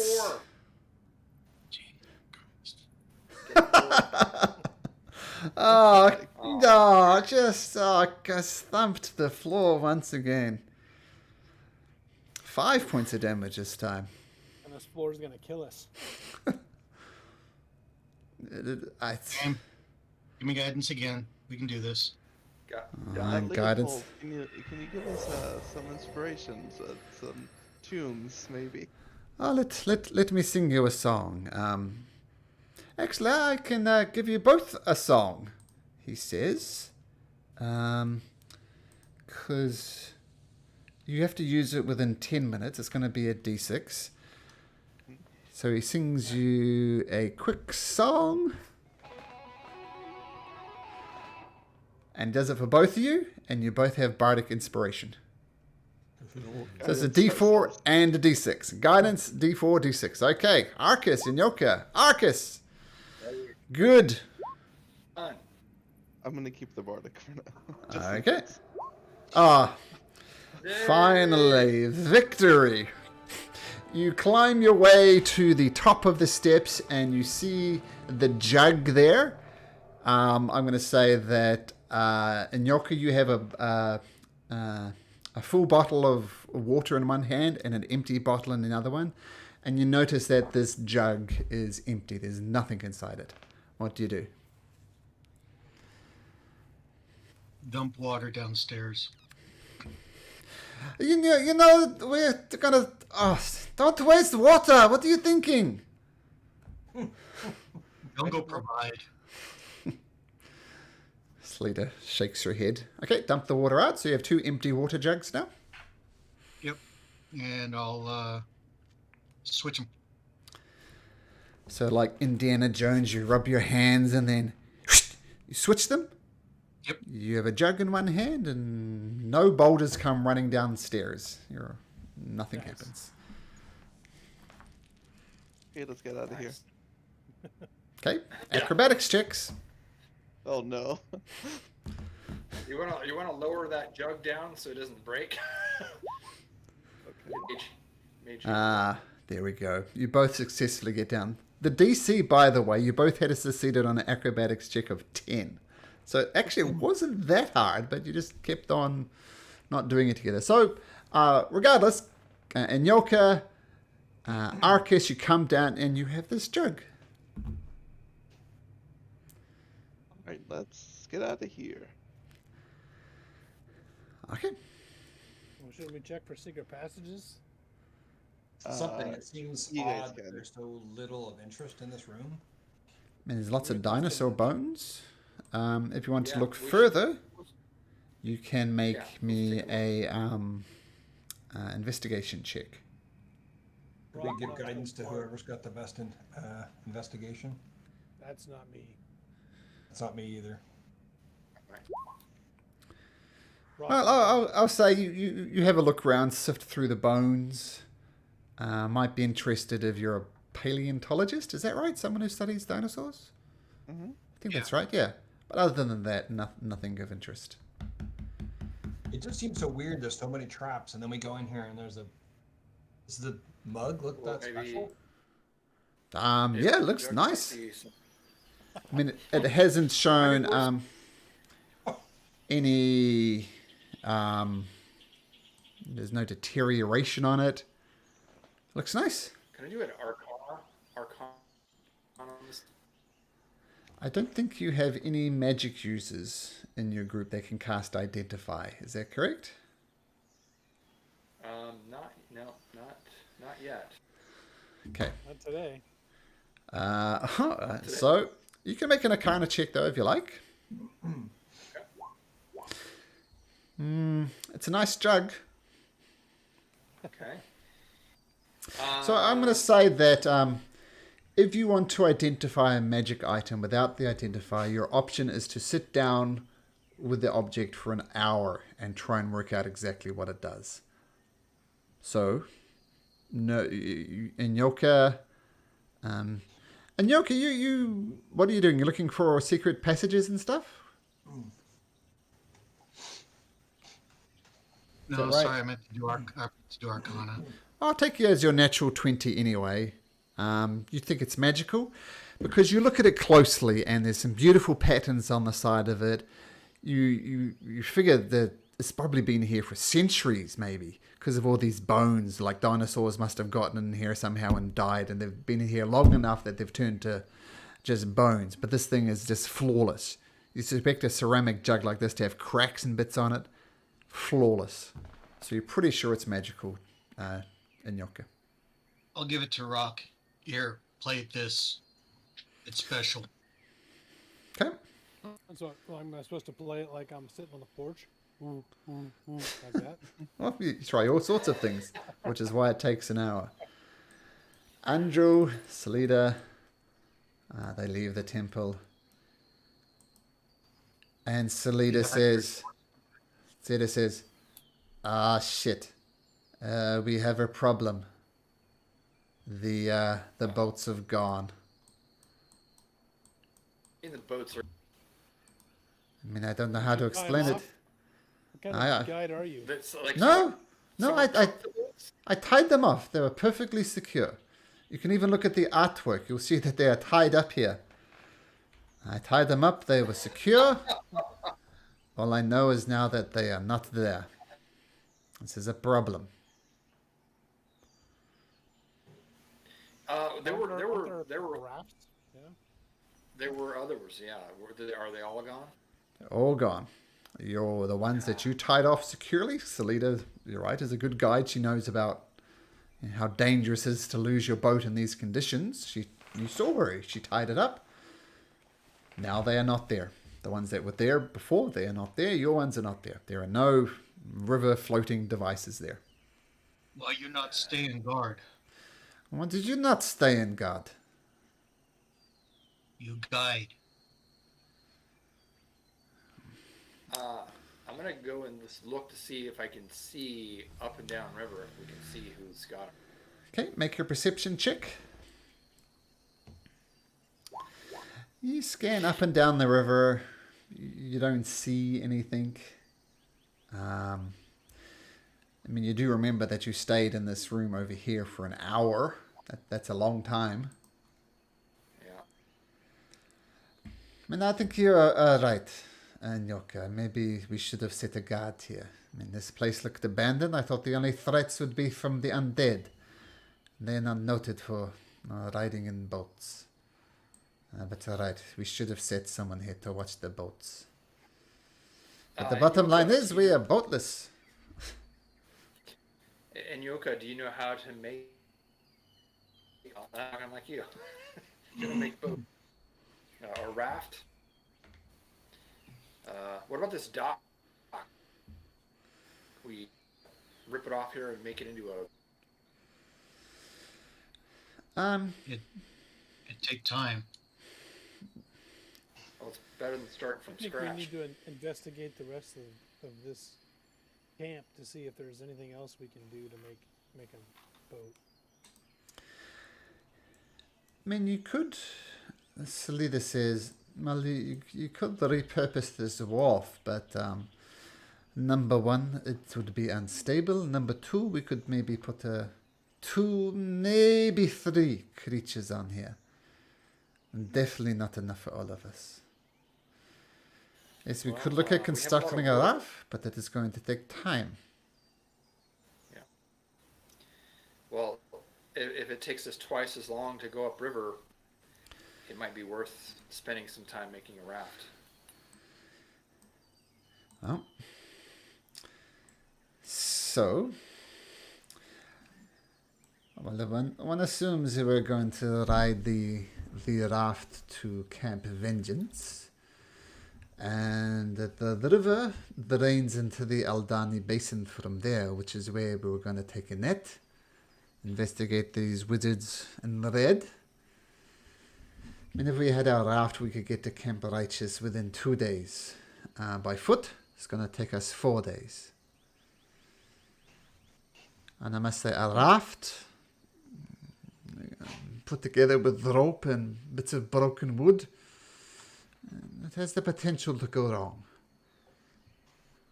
Like if we're attacked by something within the river, the raft might break, and then we'll be in the river with the thing that's attacked us.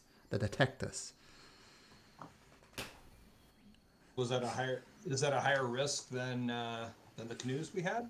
Yes, it is. I mean, the canoes are constructed by experts. They could fit us easily inside of them. The rafts are rickety, but they could potentially get us to Camp Vengeance quicker. So I am laying out the options. A rickety raft, that when it goes wrong, it will go very, very wrong, but potentially quicker, or we just get and start hacking our way through the jungle and get to Camp Vengeance. I think we gotta start making our way to Camp Vengeance. Yeah. This On the one ground. who is a former pirate or sailor, and your last name's MacGyver.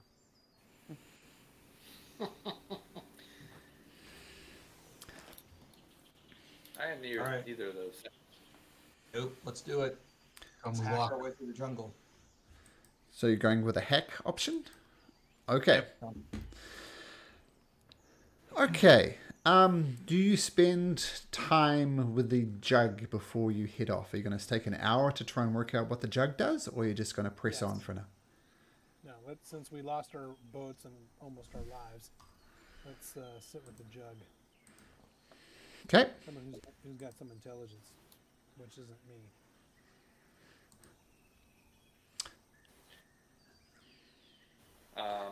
I mean, yeah, if it makes a difference, I can spend some time with it. I have knowledge of Arcana. After an hour of studying it, you work out exactly what this thing does. And that's what it does. What? Nice. Let's see how much water. 8 gallons. That's pretty good.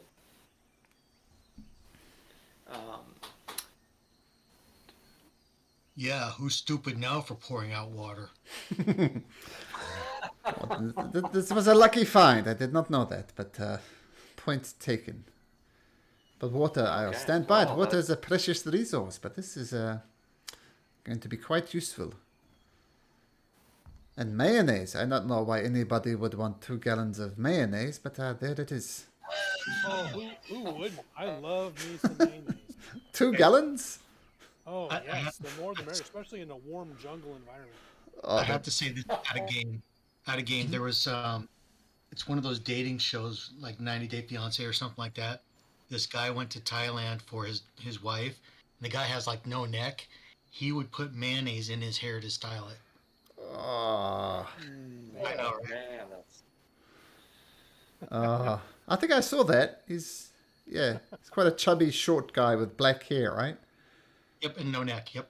Yeah, I think I saw it on Why don't I- PewDiePie or something. Yeah, that's why I don't have my camera on because I got mayonnaise on my hair tonight. starting to we- get. We know better than that, Mike. Yes. Very All right, cool. let's get time to get a walking, I guess. Yeah, we got 4 there. It's gonna take us 4 days, so might as well get going. Okay, so now without the aid of the canoes or the rafts, you make the decision to start hacking your way through the jungle. And I'm going to say you get just another square down for the rest of the day. And you set up camp as you normally do. And the night, actually, so this, where is it? So I'm just assuming you guys are going to keep the same watch order each time. Correct. So Kate, so I'll just put it in chat, just copy it from the thing we have. So Carrick, K2 and Salida take the first watch. And Yoka, roll me bring a D3 out of your bag for me, if you'd be so kind, Arcus, and roll that misshapen D3 dice for me.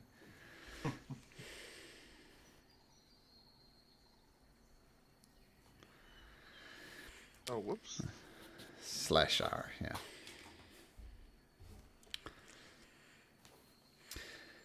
Okay. So the last, just before I'll say dawn comes, and just before you're about to wake up everybody else, K2, Arcus, and Leopold,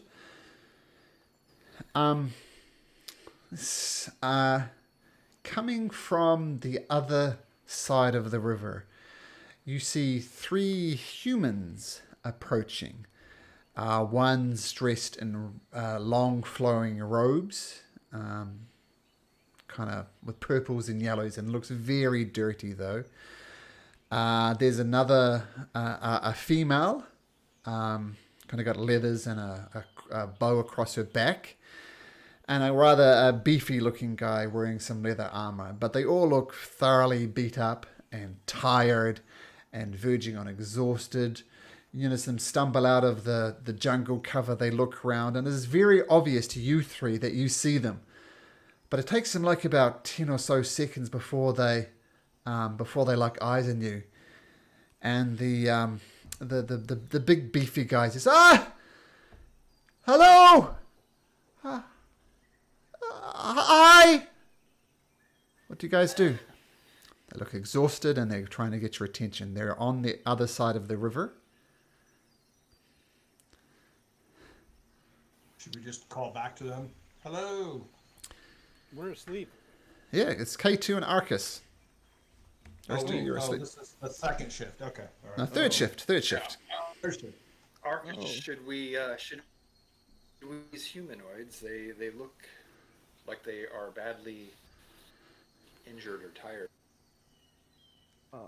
Honestly, Arcus would probably say no, but I feel like Leopold would just call back to them anyway, since he's Yes. technically up.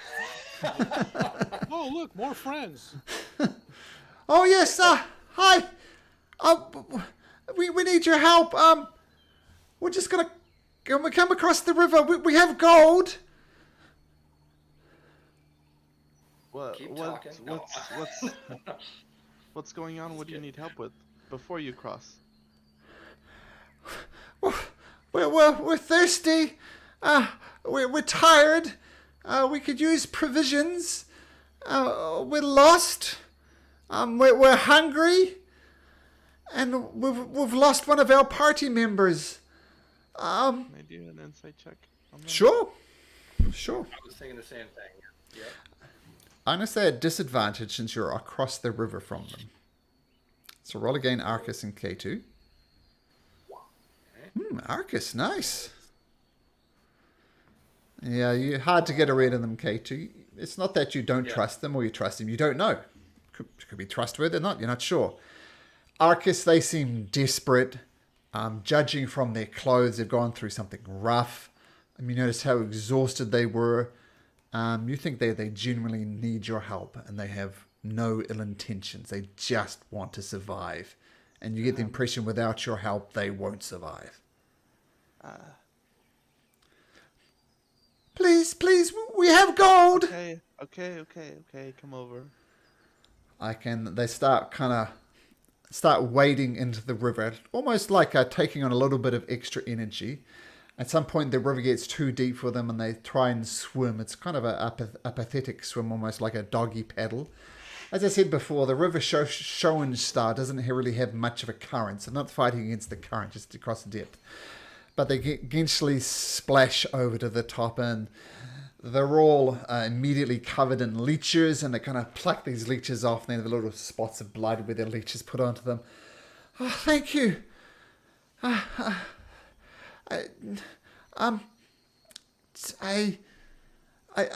know we've just wandered out the jungle and we might not be trustworthy. Maybe you want to wake up your companions first. I just want to be as upfront, as honest as possible. I'm sure they're up. I would have all the woken them yelling. up before. Yeah, I would Okay. have woken them up before they got over. What's this intrusion? I was dreaming of good things. Oh, I'm sorry. It's just things have gone bad in the jungle. This place is not what we expected. Anyway, the guy talking, the warrior, he says, my name's Ralathor. This is Kara, he says, introducing the girl with a crossbow across her back. And finally, now you get a closer look at it, the mage is actually an elf. And my wizardly friend over there is Roland. We lost Eve, though. I could tell you the tale, says Ralathor, but if you have any water or food, we would very much appreciate it. Is the river water not good? He reaches into a back and plucks off another leech and kind of throws it into the river. I'd prefer not to. If you don't have any to share, I'd understand, but Well, we're lost, we're hungry. I can give you water or food. Only What? one of... Water.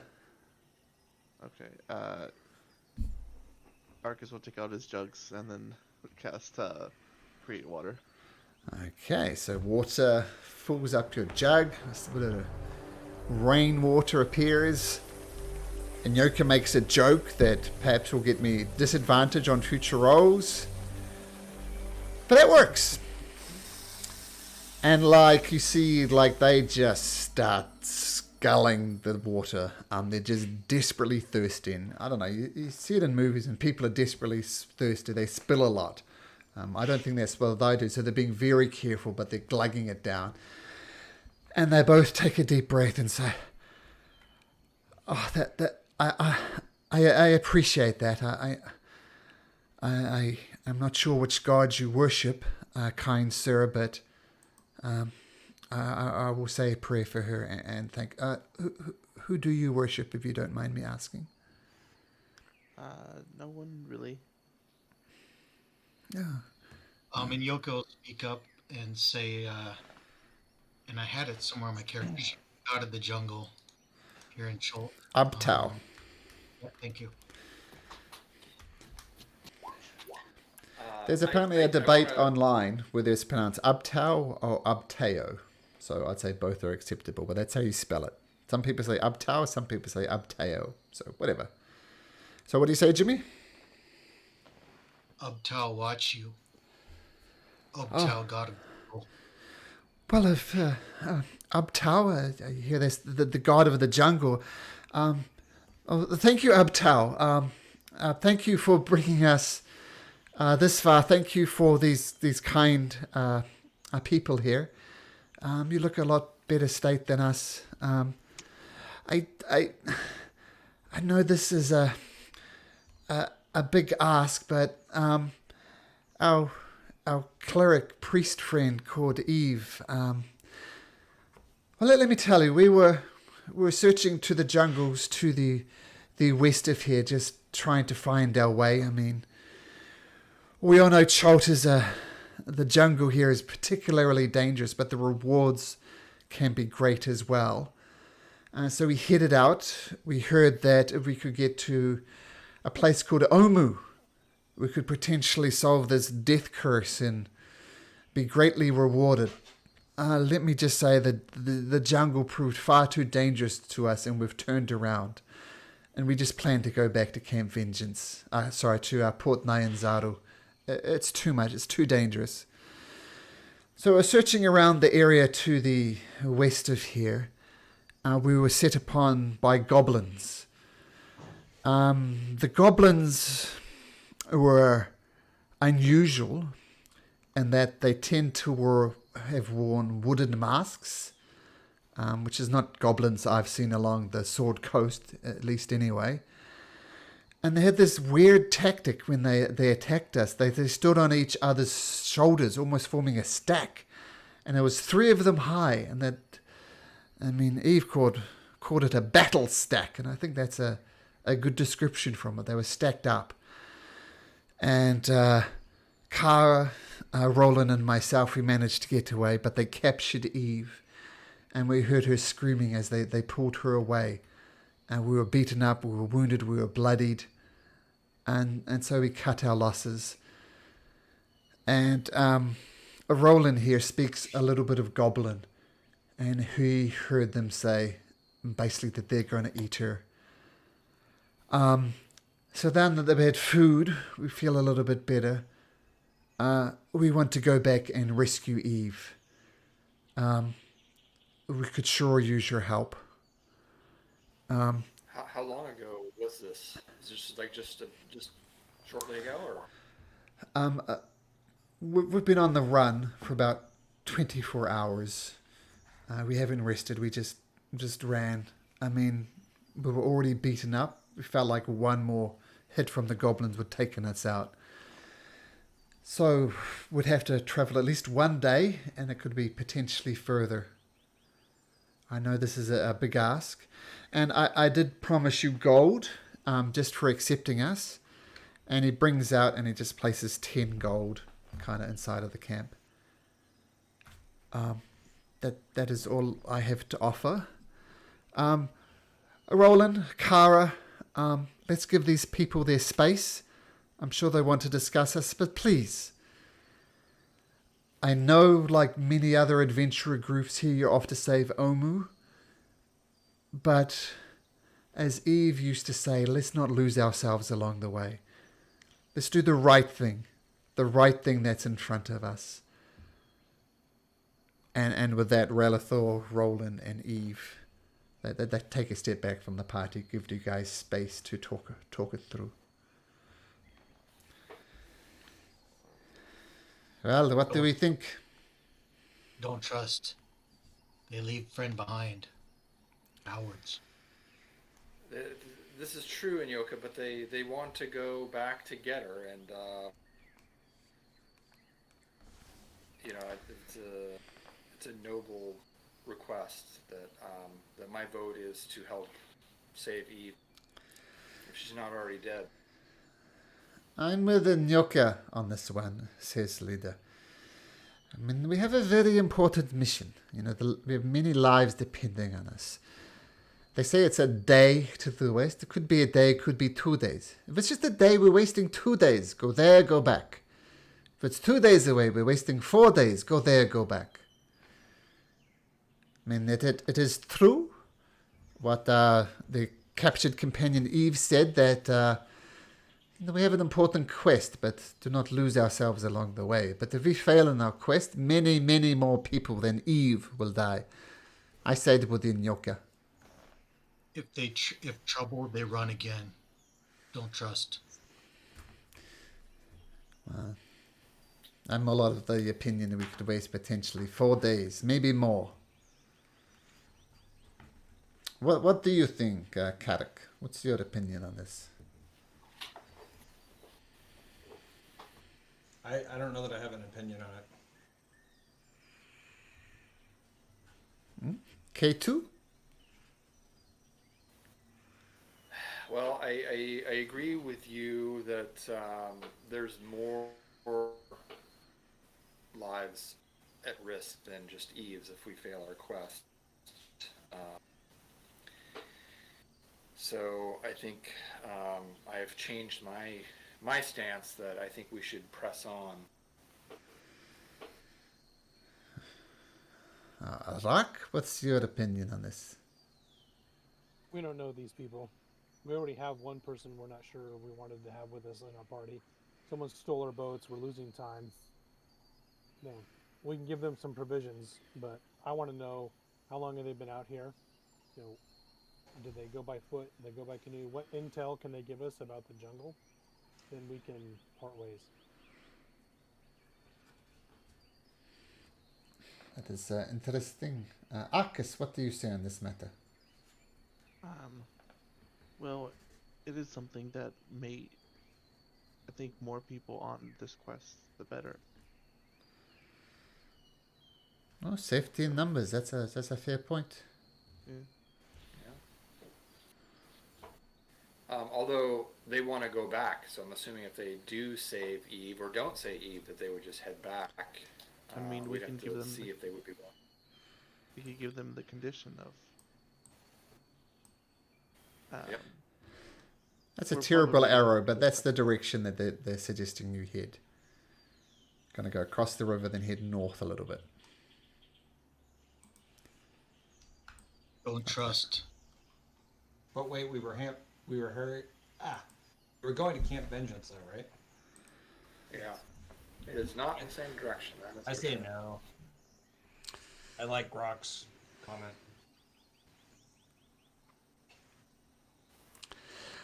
I mean, I could throw out a third option. We could assist them on this quest under the condition that they don't return to Port Nyanzaru and accompany us with us at least as far as Camp Vengeance. Maybe we could push them for the Aldani Basin as well. I mean, I think I feel the need to ask a bigger question here. Camp Vengeance, I think that's a given. It's going to be a safe respite, as far as I know. The Order of the Gauntlet, I don't think they would give that up easily. But where do we go from there? I mean, we've talked about the Aldani Basin and these red robe wizards, but there's also Imbala, Olanga. Where to after Camp Vengeance? Well, I think we should probably call at Camp Vengeance before we make that decision, but I think possibly both of those locations. Okay. So what should we do with these things? I like the idea now of. I mean, I do want to go back to Port Nyanzaru. That is safety in numbers. But we'd need to convince them. I mean, they seem terrified. But terrified of going deeper, but not so terrified that they don't want to save their friend. So we are split. I'm wondering if they. Sounds like Salida wants to help them and Help them on the condition that they help us. Yeah. they don't have food or provisions or bug repellent, they will deplete our resources. We have 10 quite gold a is lot. not sufficient. No trust. They leave friend behind. Cowards. And Yoko, straight to the point. It is a But good they're- point. But they're wanting to go back to rescue their friend. Yeah. Arcus, what say you? You seem like you were liking the number. Yeah, we've already lost one person. I think just having more numbers would probably be best. But it I'm gonna comes go at a shirt. risk. They're all wearing red shirts, so all of a sudden you're feeling very confident. You will at least will survive. Nice. I don't think I'm gonna make it.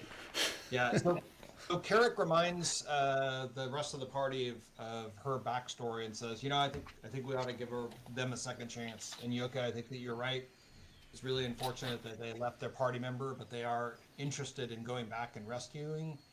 And if we can help them achieve that, and they commit to actually assisting us to Camp Vengeance, let's do it.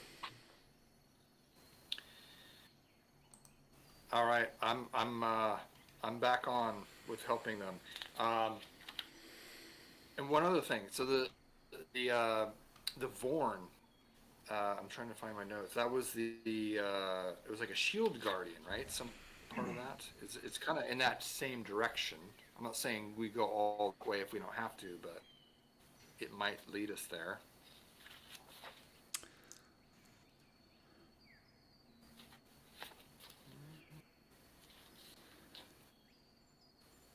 Lose time. Wrong way.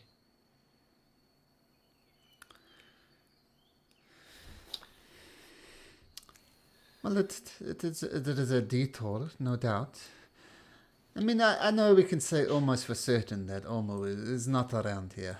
If nothing else, these adventurers would have found it. It's south to the here. Who knows exactly where, but plainly, Olmo is not around here. Otherwise, it would have been found by now.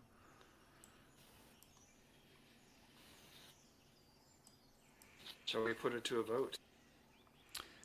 I vote we press on. I am within Yoka. I vote we help them. They lost a party member.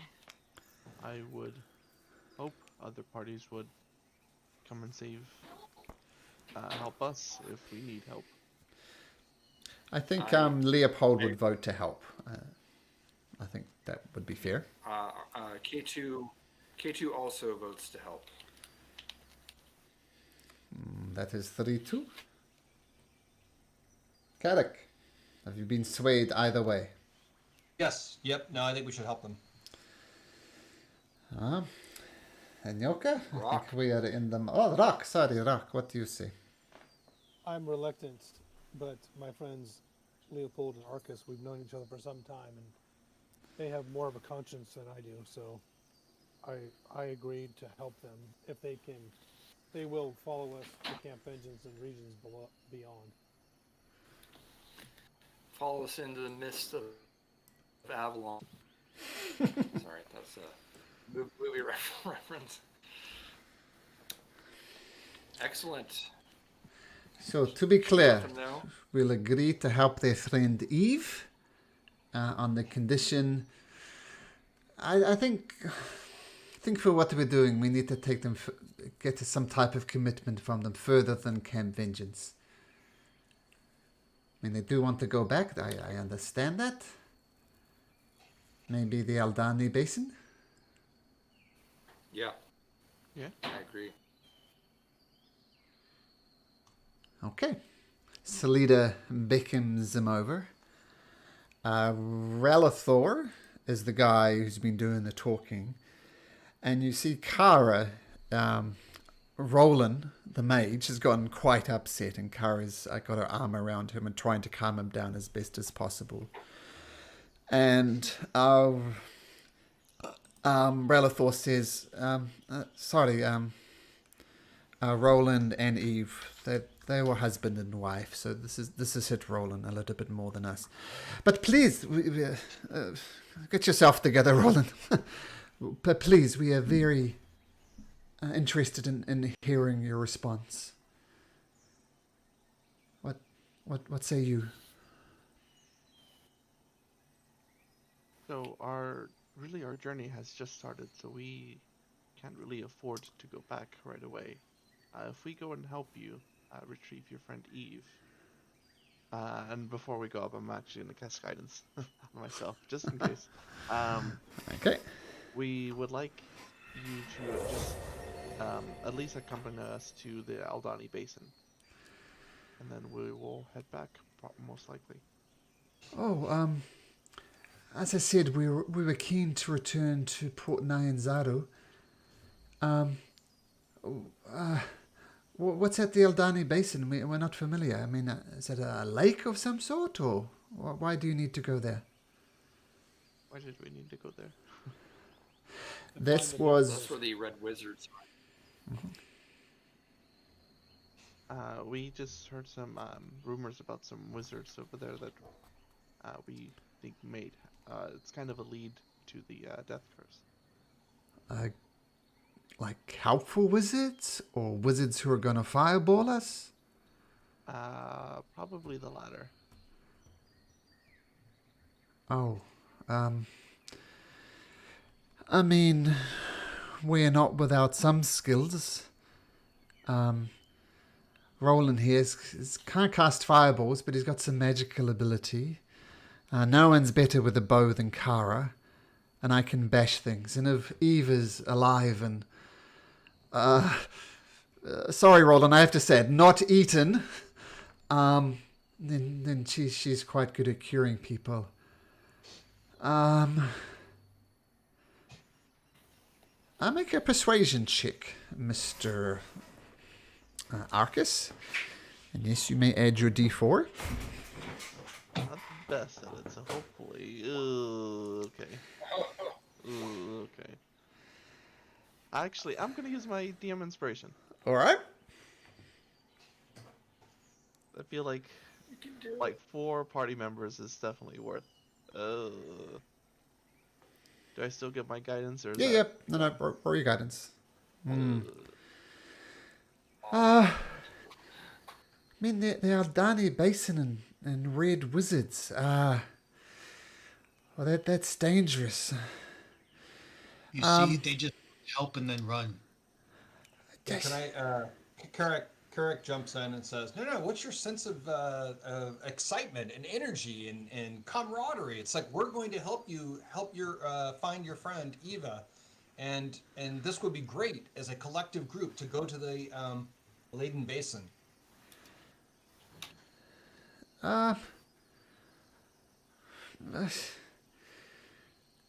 Maybe we could accompany you to get you safely to Camp Vengeance. Would that be okay? No. I think that we're sticking our necks out. We're helping you a lot with supplying you with materials and retrieving your colleague. It seems like that would be the least you could do to help us as you're taking us completely in the opposite direction from where we actually want to go. Carrick, make another persuasion check. 'Cause I'm going to say it's at disadvantage because Arcus did such a terrible job. You don't just get a free roll on top of that. So roll a persuasion check again. How do I just roll it again, or how do I do a disadvantage? Well, just roll it again for now. Okay.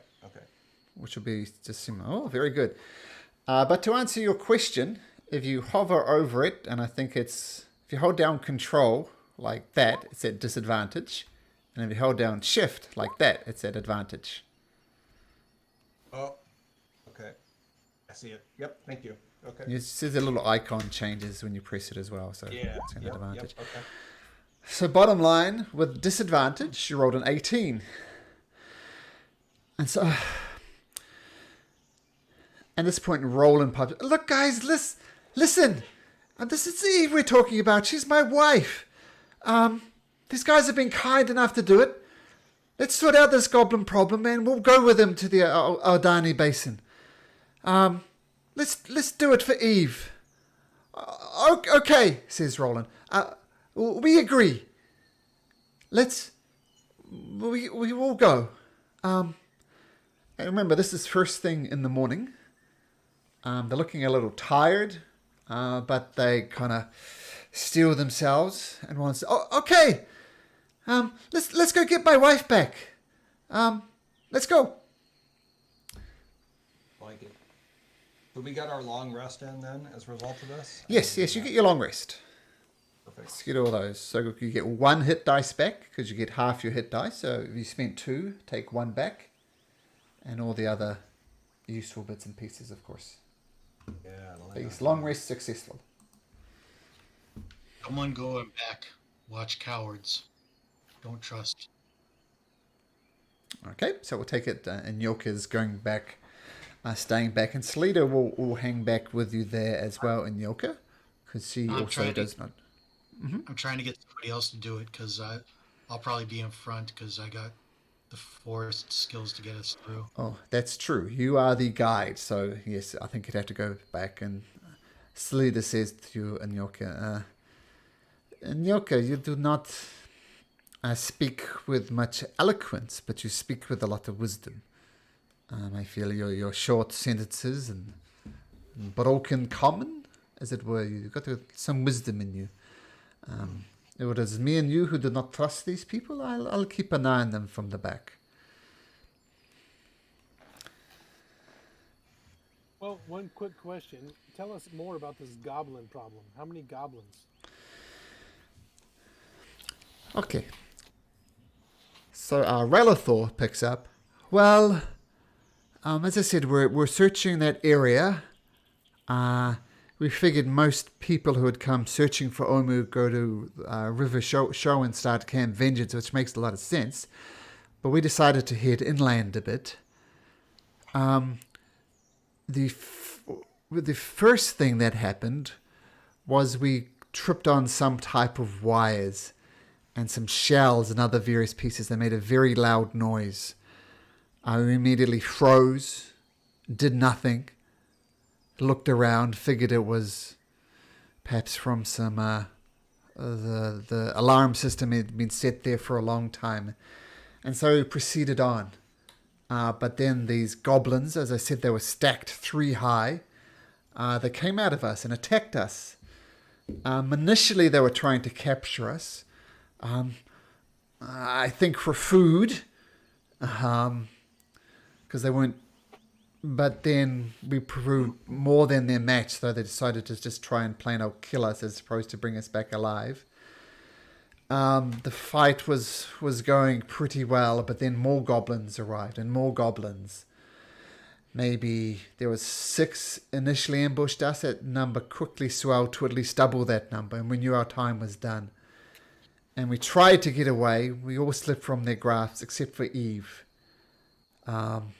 And as I said, as my friend here, Roland, said he could translate the goblin and they're planning to eat her. So keep an eye out for these traps. Not so much traps, more like alert systems. That's about all I can tell you.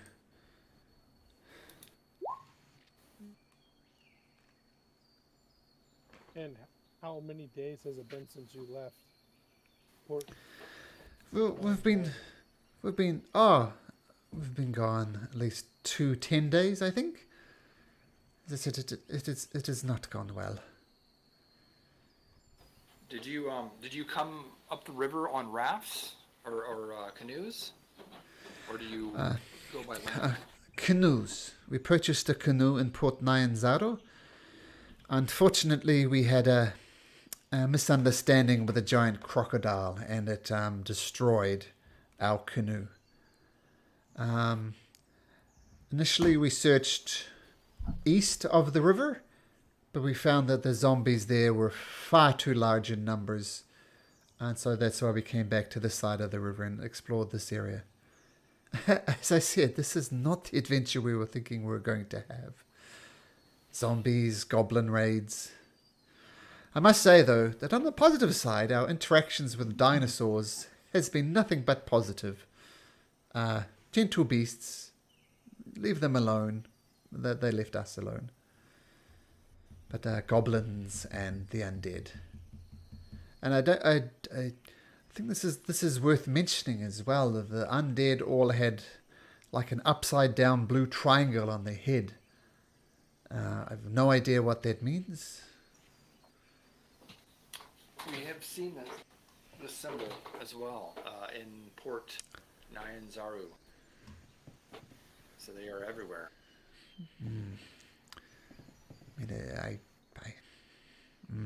A mystery for another day, perhaps. I mean, that's all I can remember about the raid. As I said, we're an open book. If you have any other questions, we'll do our best to answer it. But that's what we have for now.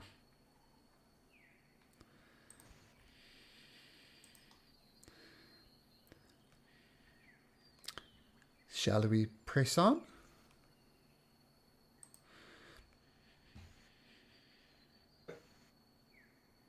Okay.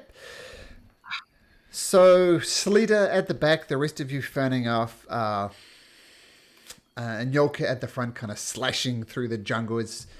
Once you've left the river proper, things get a lot more dense and a lot more going. Like, you're traveling about 2 hexes on your raft per day, but here's is at least half. But regardless, following their directions, you head across this way. It takes a day to travel this. And Malcolm? Yep. How does my natural explorer play into that? It means you're not going to get lost. I'd say difficult terrain doesn't slow our travel. It's not so much, let's see, difficult terrain doesn't slow your travel. I'll tell you what. This is what we'll do. There are rules for traveling fast and how that works. I'm going to say you travel faster than you normally would, but this is how it's going to work. Where is it?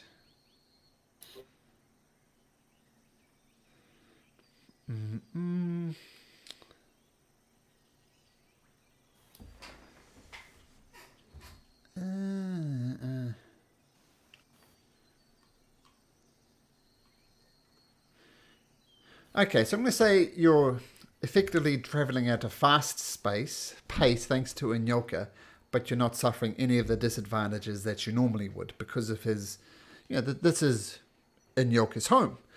Like, you see in front of you, like, often 2 equally dense bit of jungles, but Inyoka kind of ducks under it and there's a little gap in there that you wouldn't have seen otherwise, but Inyoka just pushes through these vines.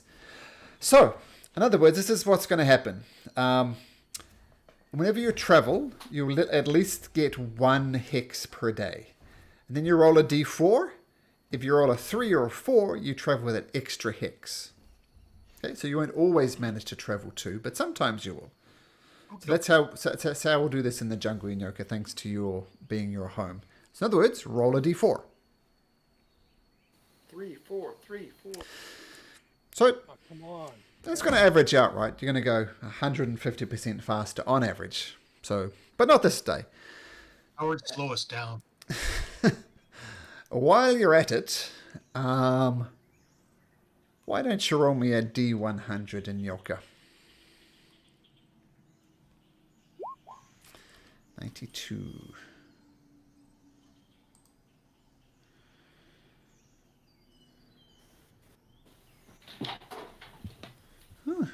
Useful. Oops. Where did it go? Lost it. So you're traveling through the jungles. I mean, you're keeping an eye out for every possible things that could go wrong. And you don't notice any, like, undead, for one thing. That's a good thing.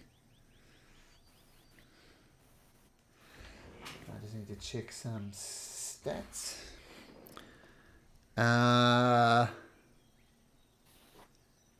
Let's see, who could I do? Actually, I'm going to roll 1, 2, 3, D5, ignore the 6. Rock.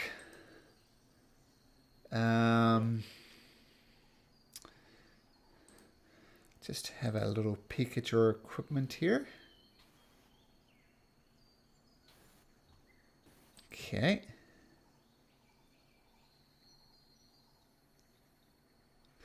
So you press through the jungle for the best part of the day, and Yolka is doing an excellent job.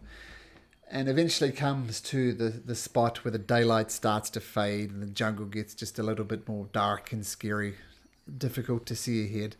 So you stop and you set up camp like you usually do. As you're setting up and putting backpack downs and laying out your bedrolls, it's kind of impossible to put up tents here. By the way, the jungle is just too dense. So you find a flat piece of jungle as best you can, lay out your bedrolls. And as you're doing that,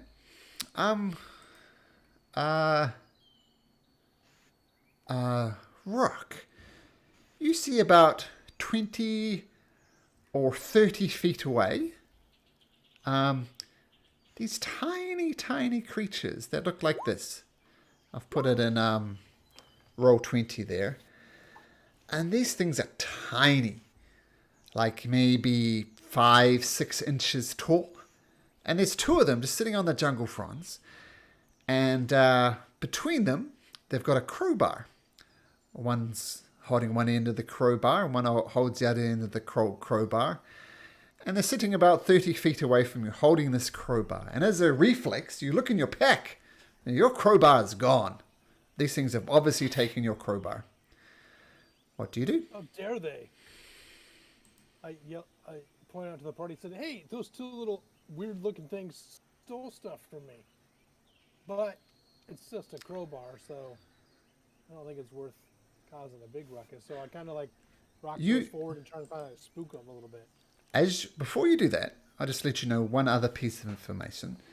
Roll me an odd-sided D3, if you'd be so kind, Rock. A D3. Also, can I identify what I know what they are? Make me a nature check. 1. You look at the bottom of your pack, and the crowbar is definitely gone. But you notice there's a collection of shells there, quite beautiful shells, about 3 or 4 of them that weren't there before. And Yoka, you've heard of these creatures before, and you know the name of them. I'm not going to say the name of them though, because some of you might click to something else for reasons, but you do know the name of them. I know they're generally pretty harmless, I'll say with an 8. So you've heard of them, you know that they're harmless. You're not likely to die to one, but that's about all you know. Okay, and yep. So Rock, what are you going to do? Rock kind of jumps towards them a little bit to try and spook them, to get them to drop my crowbar. Not trying to hurt them, but trying to scare them. That sounds like an intimidation check to me.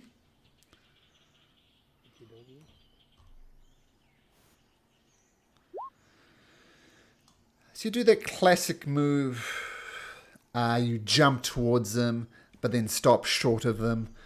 And they look at you, and they take a step back, and they drop the crowbar.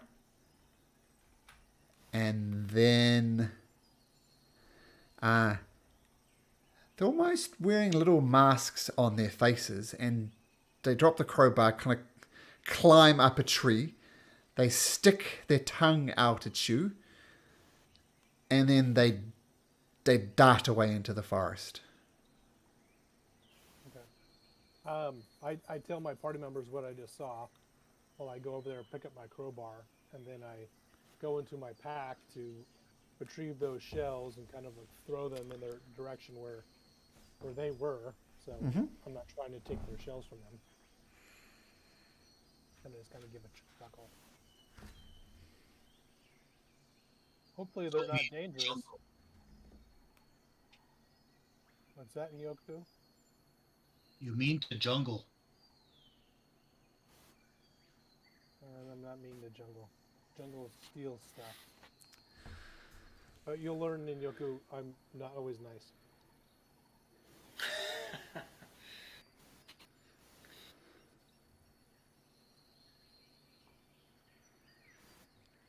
Well, it would be.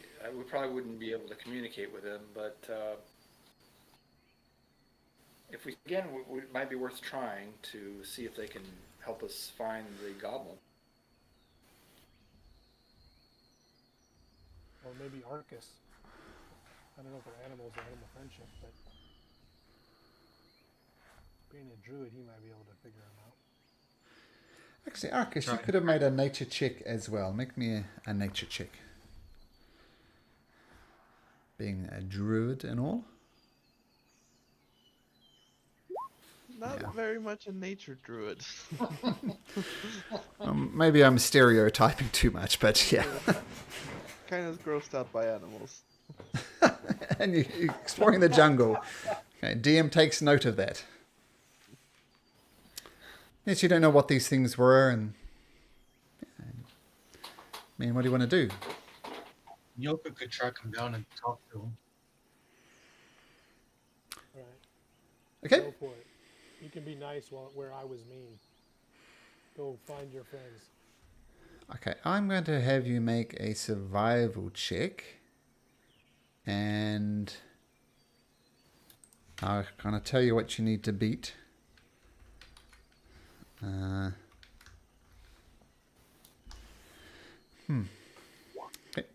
that's what you need to beat. Okay. Whoa. Yeah. Well, there's something that says in my natural explorer for tracking.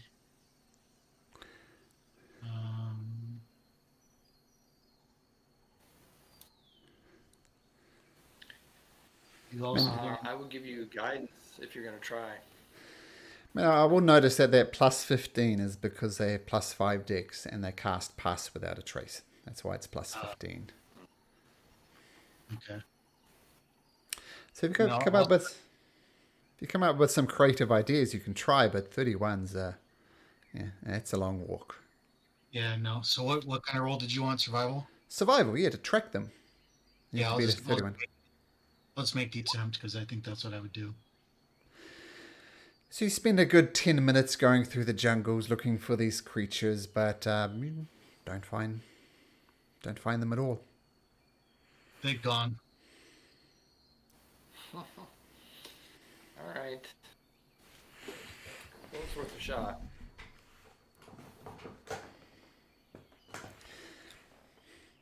Okay, so with these creatures scared away by Arak, tried to track down Nyoka, not much success. Arcus and Nyoka, you don't know what the hell these things are. You've heard of them, are little creatures, not sure what they're called. Well, yeah, but I don't want to say the name for reasons. And, yeah. Okay, so you set up camp for the night, setting up the usual watches. Can you roll me a d20, please, Arcus? Yeah.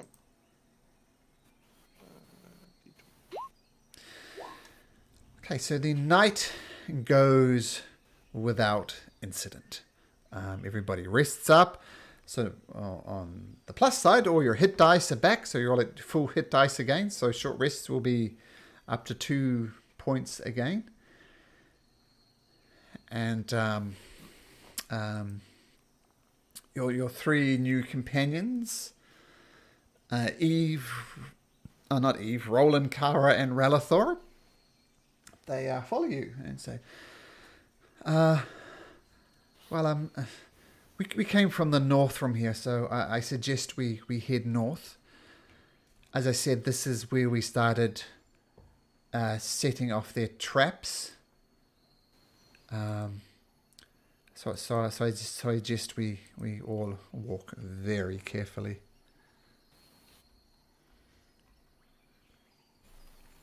Huh? Noted.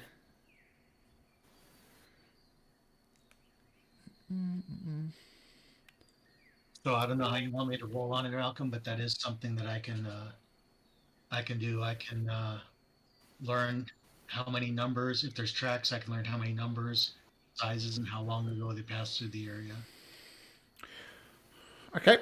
I'm going to say you do notice tracks of at least a dozen goblins heading north of here.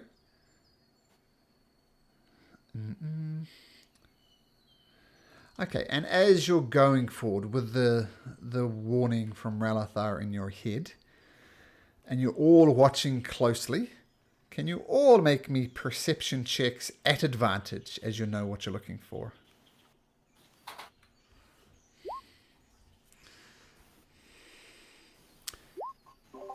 Oh, Arcus.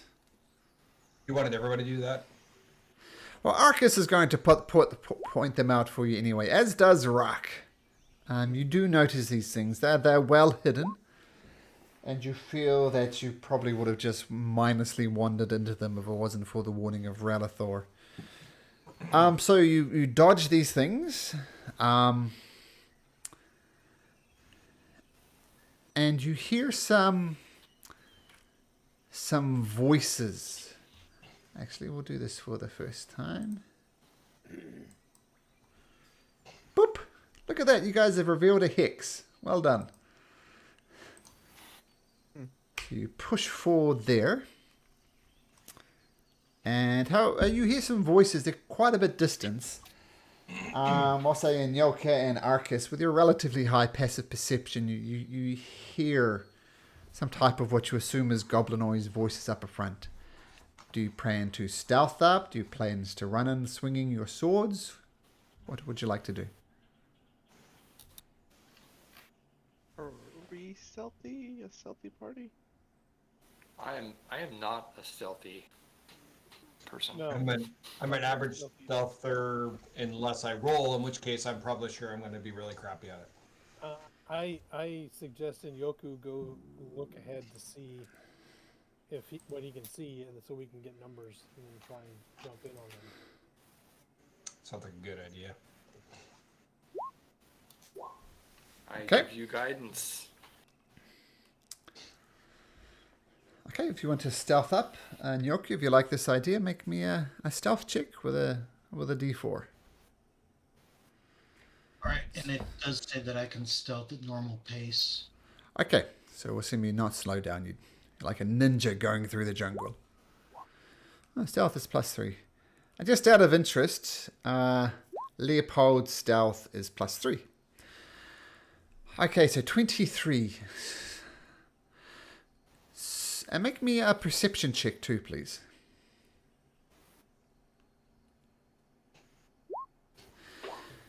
So, a couple of interesting things.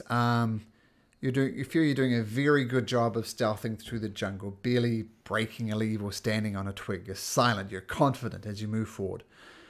Out of the corner of your eye, you noticed 3 goblins, all standing on top of each other, or wearing these wooden masks. In fact, I have a bit of art, I think, for that. Let me just check.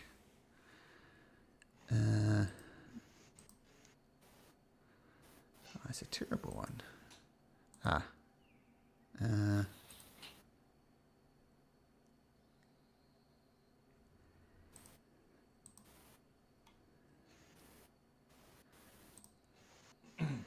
Here we go. So this is what you see standing in the jungle. They're obviously there for watch of some type. And this is the aforementioned battle stack. If you look closely, there's 3 goblins there. And they blend very well into the background. They almost look like a tree. And they're just completely and utterly motionless. You do count the slight hint of breathing. But you felt if you weren't looking a bit close, you would have missed them. But they haven't seen you. To proceed further on in Yoku. Nyoka.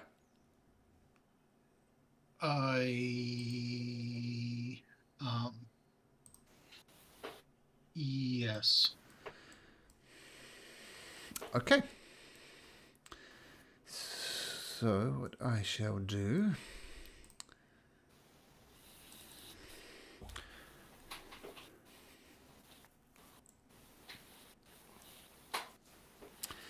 Let me just put you onto a different map.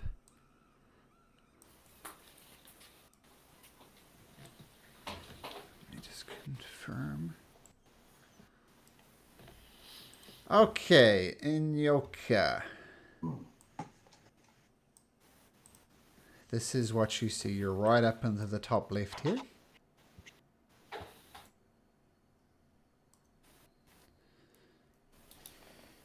Do you see the map?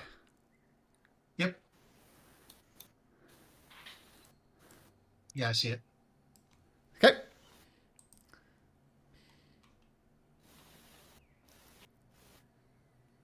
All right. Then I will about face and retrace my steps back to the group, stealthily, of course. Okay, just before you do that, can you just make me another perception check, please?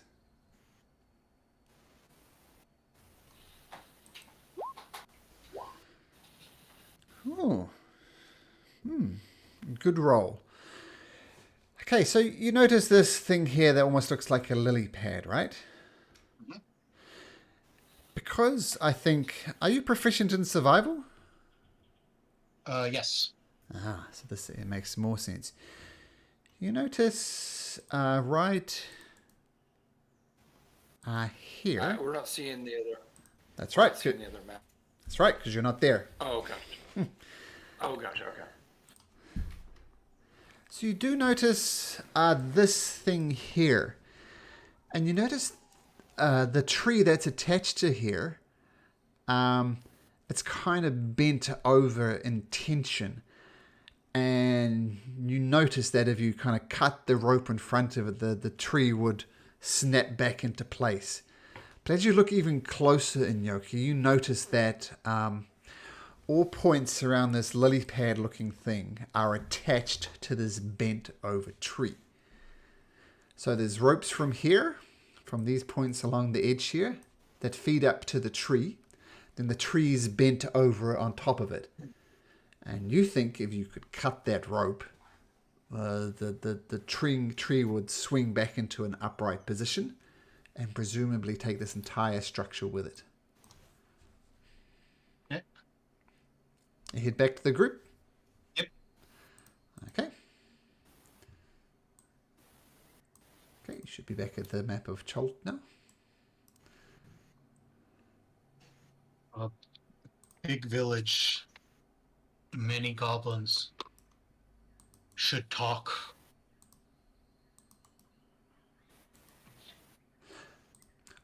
And you did notice a female in a cage, presumably Eve, and she was alive, looking miserable, but alive. Friend alive. Many goblins. Oh, thanks Big to fight. Uptow. A big fight? Do you think we could take on that many goblins? No. Big fight. We talk.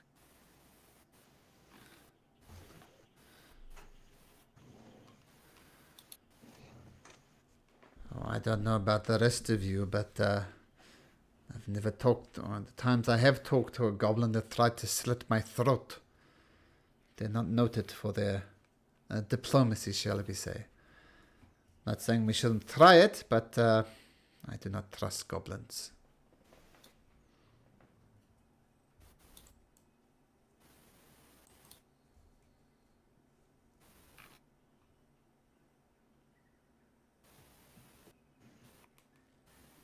Anyone have goblin tongue? Nope. No. Oh, but I do have telepathy. Leopold doesn't have goblin either. Do you want to bring up telepathy for me, Jeff? Yep. Hold on here. Let's see. Gotta find where that's at. It's probably under features and traits. Languages.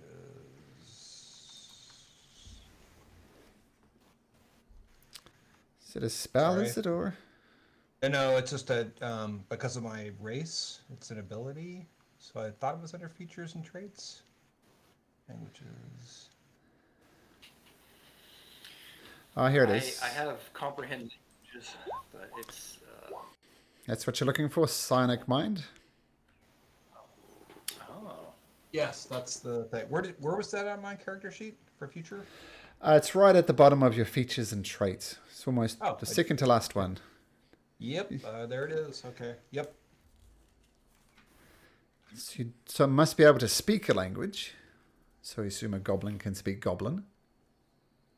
Mm-hmm. There doesn't appear to be any limit on it, so you could have a full conversation if you wanted to. Right, and so what's our objective? Are we really trying to communicate, or are we just trying to listen to what they're saying, or I'm asking the party? We're trying to rescue I'm Eve. gonna rescue Eve. Offer trade. Say again, Inyoka? Offer trade. What are we trading? Inyoka hunt food in place of friend. Okay, that's a good trade. Let's see. So, so it sounds like what I probably would want to do is probably get up close enough and try to speak to one of the ones that we think is the leader. I don't know if Inyoka identified that and could tell me which one. No. How many of those goblins did Inyoku see? Inyoka see many. More than this. And I hold up all my fingers. Are there more goblins than there are of us? Yes, many. Let's see, we're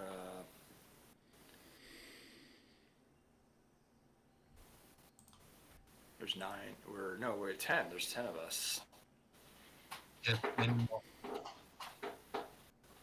The ones that were stacked up like the totem pole. Do we think that one of those would be better to try to communicate with? Malcolm, I'm assuming that what I saw was all individuals, not those towers, correct? The ones you saw in the jungle, presumably sentries, they were stacked up in the battle stack formation. Everyone in the village, though, was... They all had the masks on, these wooden masks, Yep. but they weren't stacked up. Okay. The problem is if we try to communicate with them, then we lose any surprise that we would have had. So That's true. That's a I good guess. point. So obviously we know they're not friendly. We can ask the circumstances of wait. their Okay, encounter. what if we were to try to use these messages to come across as being godlike and expressing displeasure that they took this person captive? There will be hell to pay if they do not release them. But in return, if you release them, I will grant food. So it's not really a trade, but it's a trade, right? So it's like the god is going to actually give them good favor if they let this person go. Cowards enter their land. They protect. I'm sorry, I'm not following you, Inyoka. Cowards go into their land. They attack. Protect land. Karak, I like your plan. I mean, Inyoka, you were right that they wandered into their territory. We as well, but I think it's probably worth a shot. Karak is very charismatic, so maybe that will the telepath will persuade them that he is their god, and they will let them go. It's worth a shot. But unless there's, I mean, we're brainstorming here. That's right. So We're it's a good brainstorming idea. because we don't have to divulge who we are. This is just going to be a telepathic message that they get. They're going to be like, "Wait, what?" How many you talk to? I think I can only do one at a time. At a time, yeah. Yeah. So let me get this straight. K2, your robot type creature, you're saying you're going to pretend to be a god to these innocent forest dwelling creatures? Is that your plan, C3PO? Karak would do that. He is the charismatic one. I'm just But making we, a the Star rest Wars of us, reference. uh, Return of the Jedi, the Ewoks, the robot pretending to be the Oh, god. Yeah. Yeah. Yeah, that would be right. awesome, right? Uh, Put me down! yes. Put me down! I like the reference. Oh, That's you awesome. talk in mind, others not here. But the rest of us could lie in wait. So if they, you know, we could still surprise them, perhaps, if they didn't fall for Carrick's persuasion. Yeah. Well, I guess that's the thing. Do we want to? So is that the? Is there a signal? It's like if they're not going to act on it, do we just spring and into action, or? Well, and my concern that I'm trying to convey, Jeff, is that you're only talking to one in his mind. The rest of the tribe isn't going to know what's going on. But I could. That's true. And how many did we say there are? There's way more than us. Okay. And Yoka probably can't count that high, but there's many more than us. All right. I was going to say I could bounce from one to the other, but if there's whatever 30 plus or whatever, it's like clearly that's not going to take much time, or take too much time. Is there any way for us to be able to identify the leader, somebody that would be able to speak to the other people? I have got this vision of like whatever spoken to me. We'd probably have to get closer. Wear different masks. Not sure who chief. Yeah. You know what? Malcolm has an interesting point. Do I? You want somebody that no, I liked your idea. Like, oh, is K2 going to go in there and look like a god? We used to have somebody that was Like actually really C-3PO. good in our last campaign at dressing up in costumes. Is there anything that we could do to something? I don't know. No costume? Oh, like a disguise. So Put a little the- rouge on you. What was that, Rock? They put a little rouge on them. Yeah. Yeah, it's like, what? That's not my god, but looking good.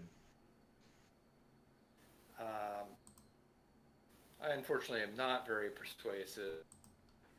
I think that would go badly. Well, yeah. I don't know. All Why right, deal with goblins? Why not kill goblins?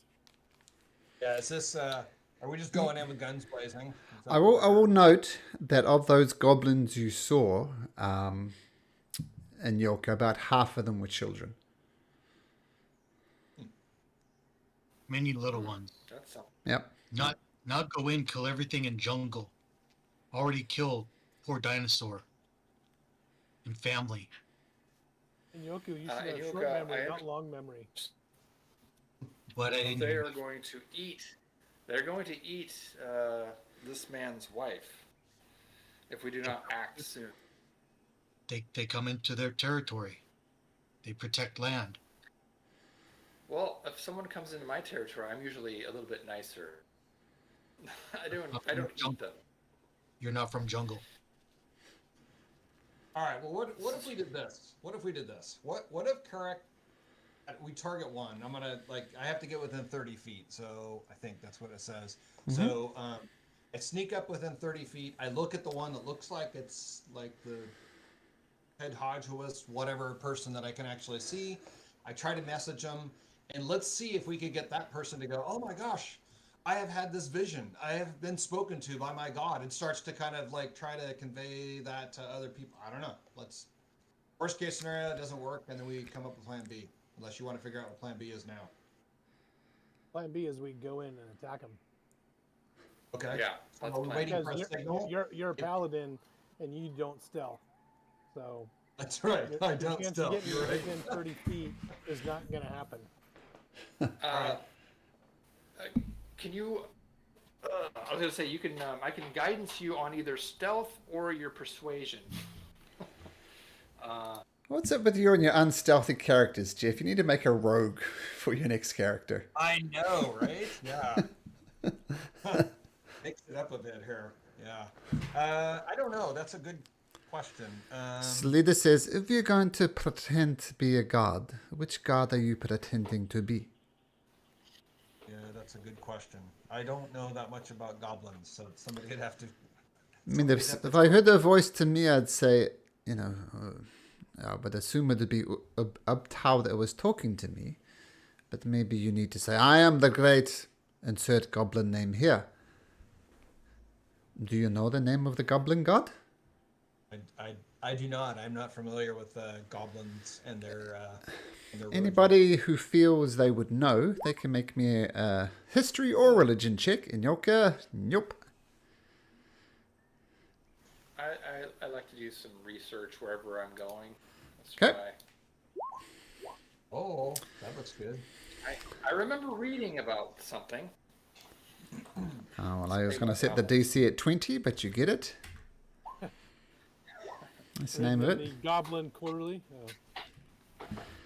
And this is how you pronounce it. Maglabayet. Maglabayet. Maglubia. Magloba.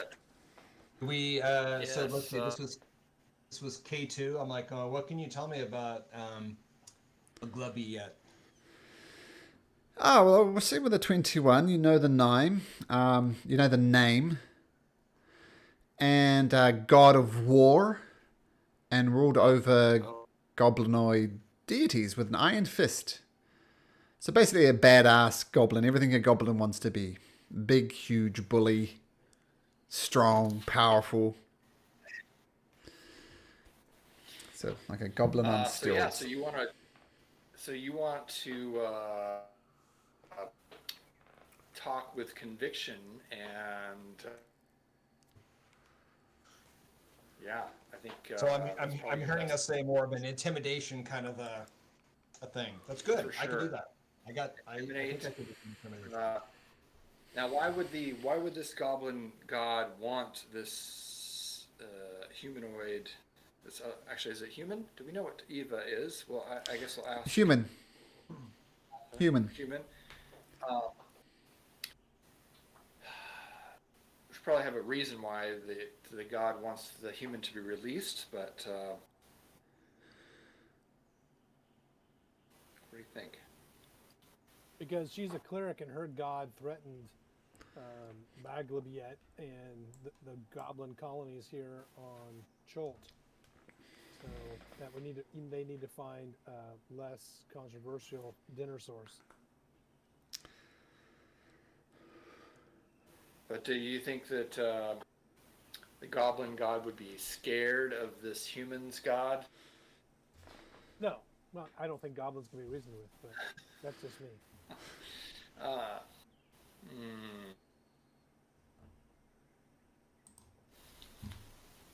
Well, the god doesn't have to have a reason, right? It's a god. You just have to release this humanoid. What do you think, Kara? I kind of like that. It's like call out to this goblin, announce who I am, share that You can just say that you. What's that? I was just gonna say that you can just say that you need this humanoid, or you want this humanoid alive. Oh yeah, yes. All right. Okay, I'm gonna. All right, so let's see. I think that you should. You said you were gonna bless me, give me guidance or whatever for my stealth. I think I need to have that to be able to get up close without giving myself away. I'll also describe Yes, where I can we- spotted cards. Okay. Can we ask Leopold? Leopold, could you Karak as well with a bardic inspiration? Oh, and he says, of course. And you now have bardic inspiration. All right. So you have guidance and bardic inspiration. Use it wisely. Okay. All right. So the first thing I need to do is do a stealth roll. Sorry, to sneak up. Yes. So you have Bardic Inspiration and you have Guidance and you're stealthing up. Okay, so make a stealth. I'm trying to. How do I do this? Is it shift? We don't have advantage though. Oh, but it's saying disadvantage right now. So how do I toggle that off? It's either shift or control. I forget which way round it goes. Shift is advantage, you control is wouldn't have disadvantage. Oh, there you go. Stealth. That's perfect. Okay. You're going to use your guidance. You're going to use your Bardic Inspiration. How do I use the guidance? Just roll a d4 and just roll a d6. D4. Oh, that's good. So 13 and a d6. So 14. Okay. So first thing we'll do, this is Carrick. We'll put you in the village.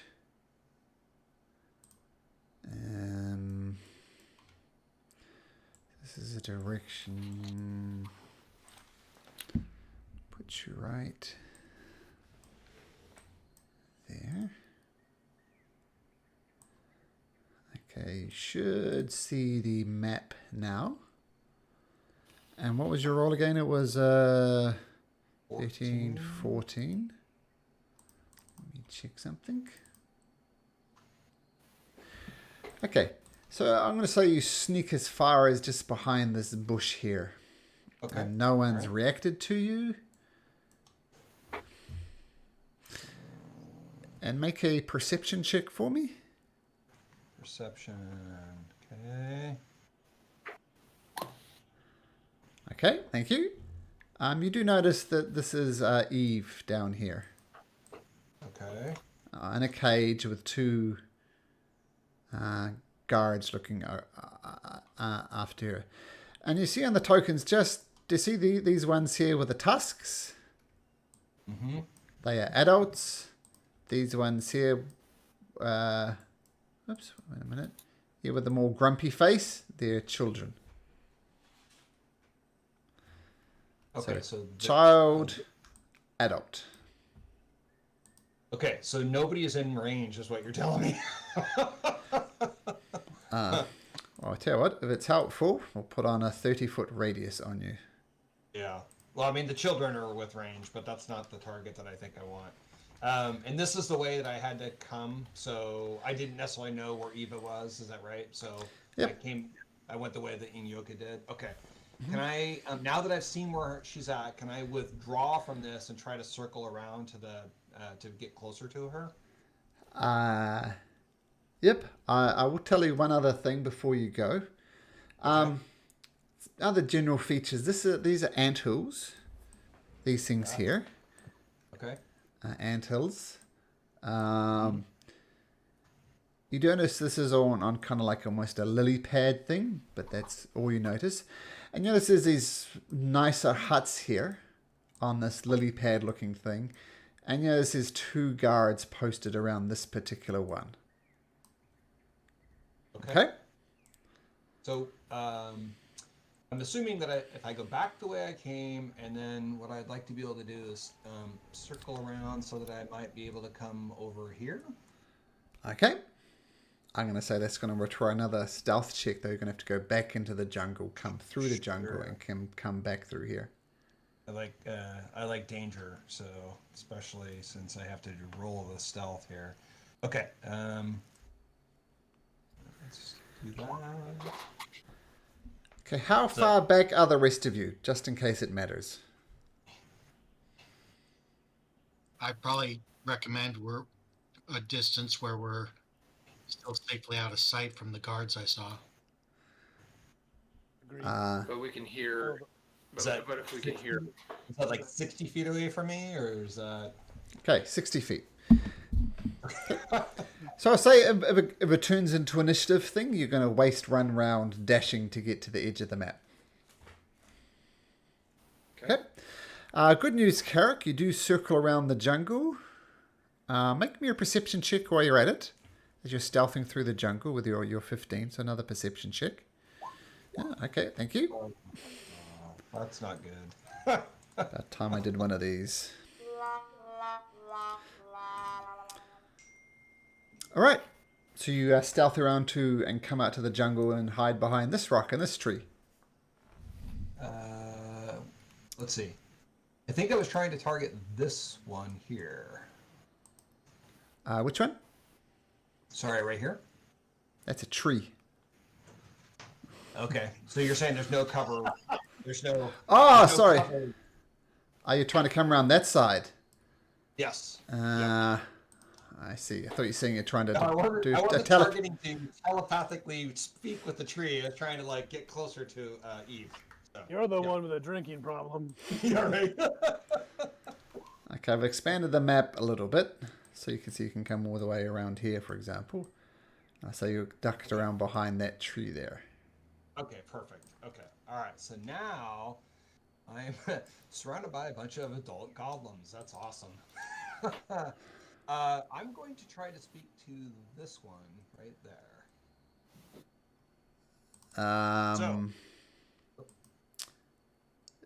Just a sec.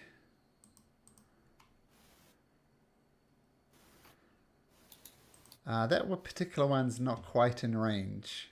You can do this one. Oh. All right. Yeah, I'll do that one. What do you say? So the first thing that I say is I say you there, servant. And that's it.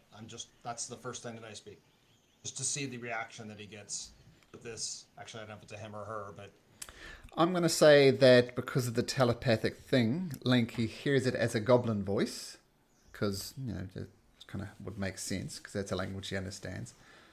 He looks around confused, and he says something to the guy next to him. You don't know what he's saying, but he says something, and the guy next to him kind of laughs. All right. So then the next thing I say is like, no, I'm speaking to you, only you. Only you can hear me. Still looking around. Who is this? This is Maglubyet. Maglubyet? I'm sounding like Yoda now. Can't get my goblin voice.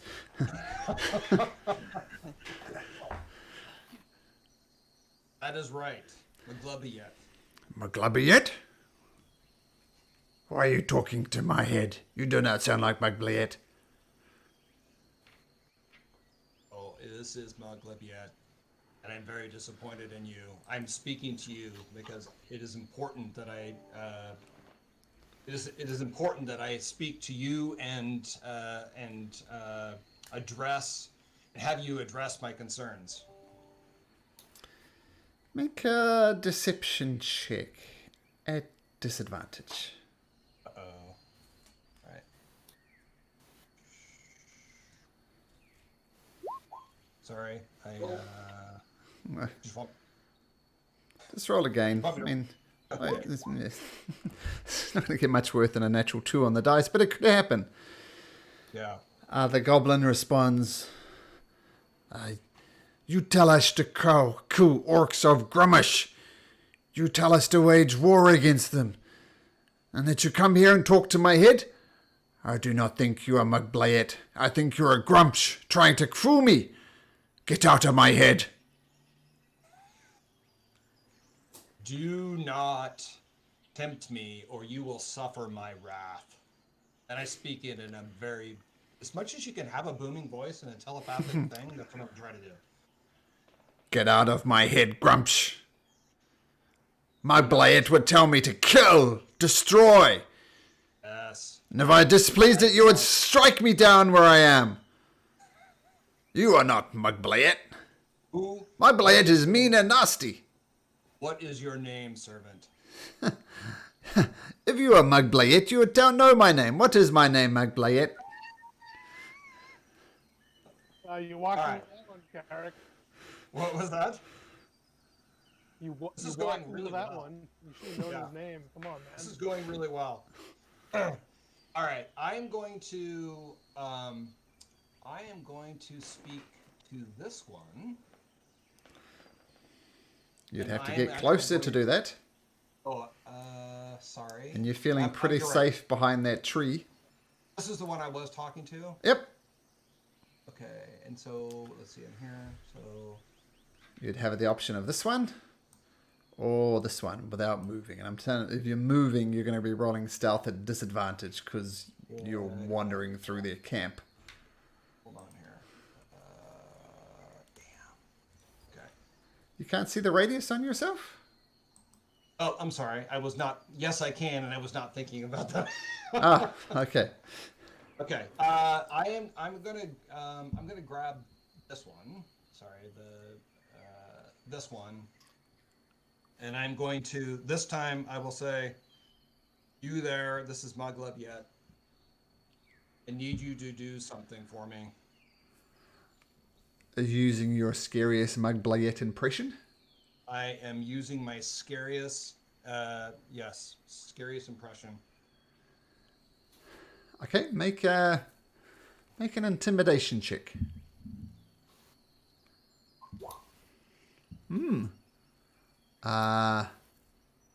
So say what you say again, and I'll respond.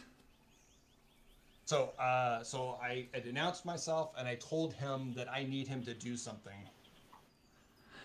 He immediately falls to his knees, and he starts muttering something, saying something out loud, and it's also coming through telepathically in his head. Oh, Mugbliet, who do you want me to slaughter? I will kill anything and anybody in your name. Tell me who did to destroy, and I will destroy them. This is perfect, maybe.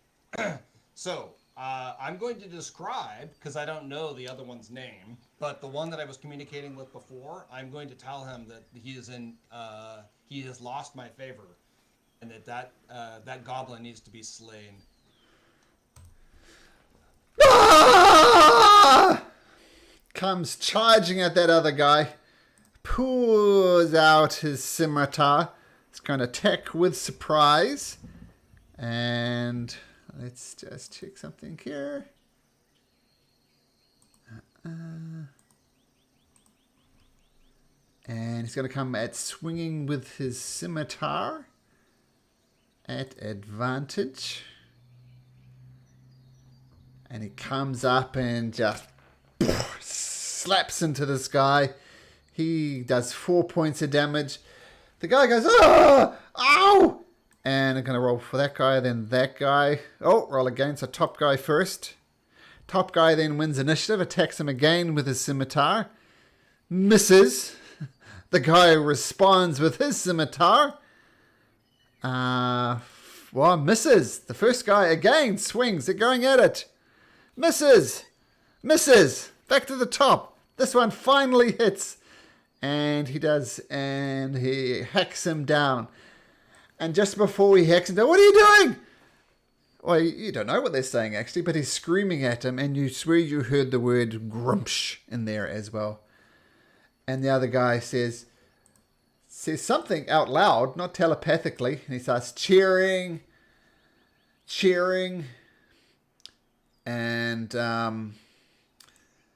two of the other guards come, watching this seemingly mindless horror show, grab hold of this guy. He's struggling. He's babbling about gods and stuff. And they bring him over here. And they tie him to the anthill. Okay, well, that's not exactly what I was hoping that would happen, but there's fewer bad guys around Eve now. Oh, Yeah. Okay, I spoke too soon. Actually, one of them walks up to this tent here and enters inside of the tent. What do you do? Okay, I'm going to speak to this one. Uh-huh. And let's see. So I'm going to announce who I am again, and I'm going to do it in a scary voice. And I'm going to say, I'm displeased with you. I just had your brother in arms make with my will, and you have actually punished him. I'm disappointed in you. I need you to do something for me. Okay, just before you do that, I'm gonna drag everybody over here so they can at least see what's happening. Okay. So you guys should be able to see from here, but of course you're not actually there. Just so you can have a visual on what's happening. Okay, so say that again. I was moving tokens around. Yeah. So, so I'm going to use a scary voice on this guy and express to him my displeasure with his actions. That the goblin that he has punished, it was doing my wishes, and I need him to finish what I was requesting of the goblin to do. Make a deception check.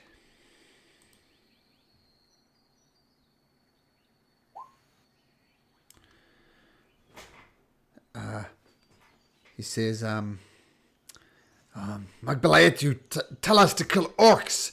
You tell us to slaughter people on our territory. This is our territory that you have blessed us with. Why do you turn us against us now?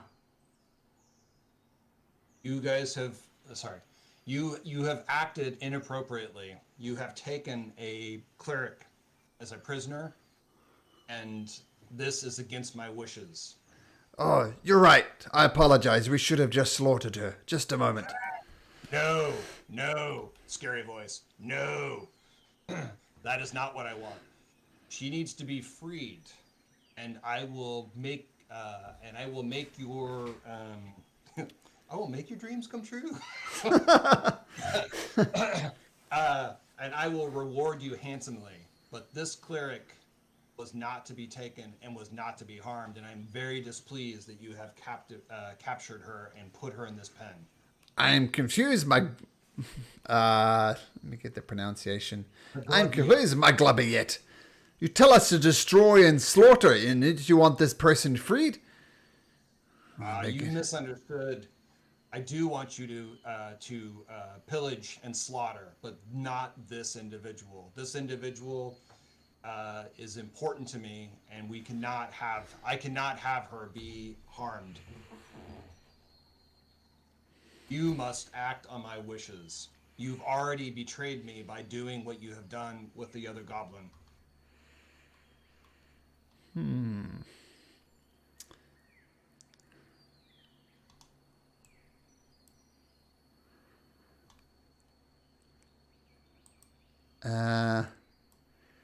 He's looking confused because you're telling him not to slaughter when he's apparently all about slaughtering. Why you speak to me and not Queen Grabstab?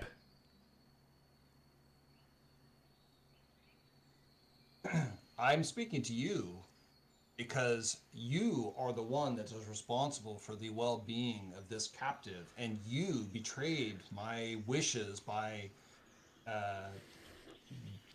disarming and tying up the goblin. Oh, that goblin was out of control. He killed Scab. Scab is dead. He was acting on my wishes, and my wishes were to ensure that no harm was being brought to this cleric. I will bring Queen Grabstab here. You talk to her. Are you going against my wishes? He's left your radius. All right. Well, maybe talking to the queen's the right thing. So, okay. Okay, so he heads up to that hut up the top. Let me roll something. Uh-oh.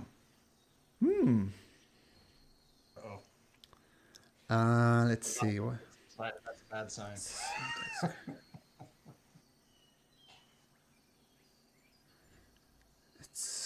Let me think. That's a... Okay, you hear some bickering inside. As this goblin is talking to presumably Queen Grabstab. In fact, this is what Queen Grabstab looks like.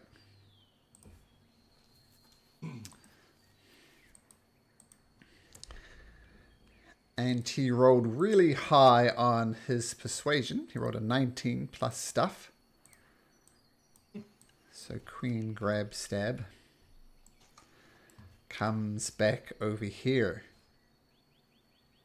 And you see them frantically talking back and forth. What do you do? I'm going to telepathically speak with the queen, Okay.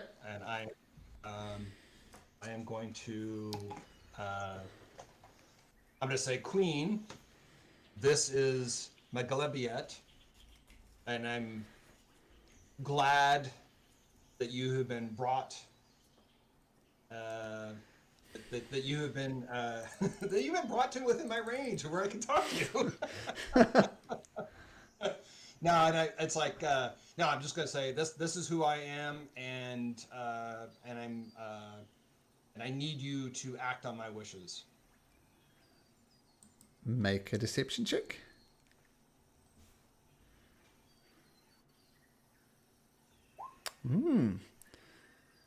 What is your wishes, great Magbliet?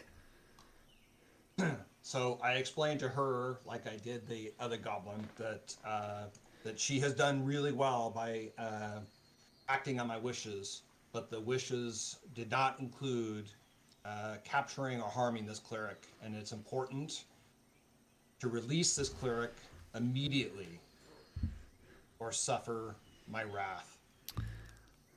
Maglubayet, why do you not want us to kill her?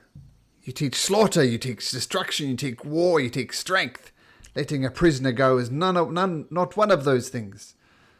This cleric is important for reasons that I cannot explain to you. Your mind is too small and too simple to understand, and you anger me by questioning my power and authority.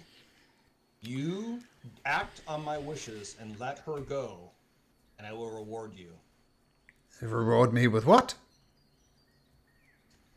What is your intent on her well-being? My intent What do you on plan her... on doing with her? What do you what were you Eat? planning on doing? Eat, she's delicious. Yes, I will reward you with food of plenty. Orc carcass? Much better food than this measly cleric with very little meat on her bones. Like an orc carcass? Do I know? Do they like orc carcasses? Well, they mentioned before that they're instructed by them to wage war against the orcish worshippers of Grumpsh. So yeah, they don't like orcs. They don't like orcs. They're at war with them. Okay, But all right. So I would. So I'll say yes. Plenty of orcs, and more if you would like. Queen Grab Stab. Eve is obviously completely unaware of what's happening, but the queen comes and she unlocks the gate, the cage, and Eve steps out looking thoroughly confused, puts her hands up, visibly shaking. I don't want to be eaten. I don't want to be eaten. What do you do? I will try to telepathically communicate with her that we're here with her husband and party, and that I will share with her that I have been telepathically communicating with the queen, and I have bartered, whatever, arranged for her release, and to keep the ruse going. Look, should I just run? No, you should walk. And I give her direction on where to walk to, which I think is to the east, to where the party is, and not to walk until she can't see the orcs anymore. Sorry, the goblins anymore. Okay, she heads off to the east. And you swoop around the long way, I assume? Yes.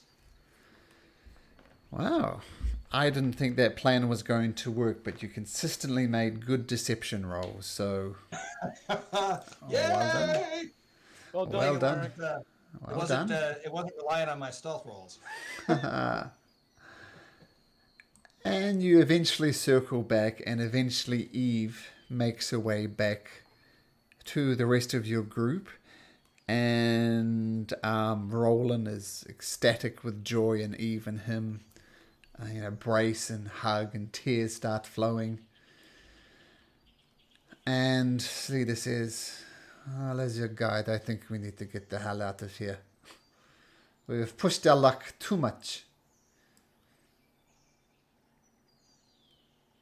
I think we have taken some big chances. I would agree.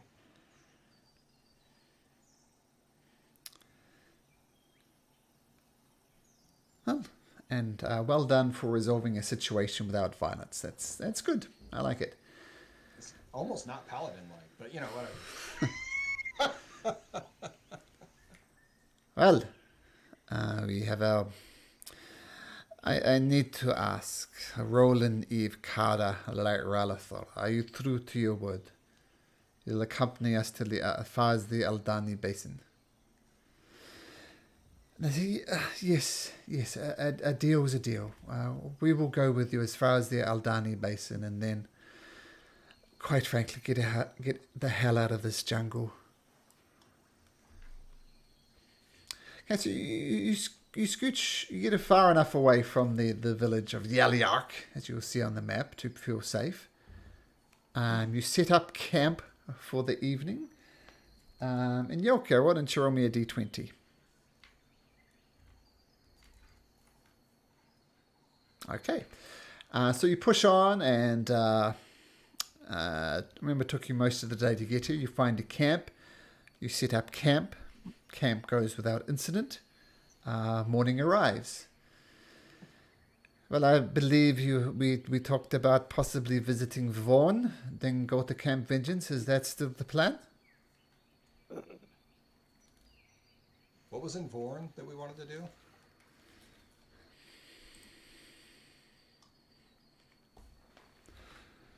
K2, you're muted. I think that was where I think the shield guardian was. I can't find it in my notes, but That is correct. so the thing is, we wouldn't be able to control it without finding the amulet, right? That's right.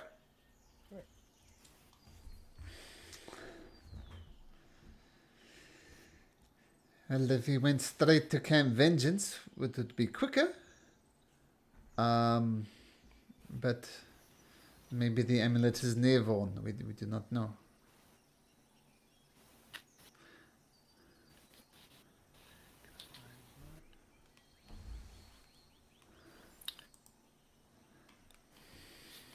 What do you guys think?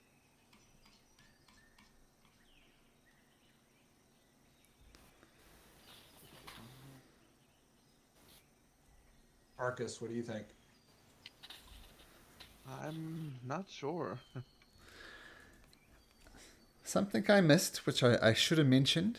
When the Queen comes over, she wears a bronze and adamantine medallion around her neck that has the word Vorn etched on it. That's some good information. Yeah, so I should have mentioned that. Why didn't you tell us that, Karak? I mean, Sorry, just must have slipped my mind.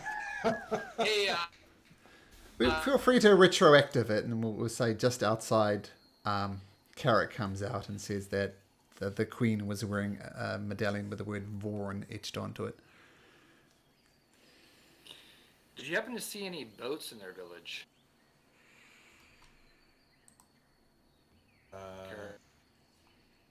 I suppose I could restate what I saw, but I didn't specifically ask to look for that. So And there were There might be some reasons. I think there was two. Yeah, there's actually 3 canoes there.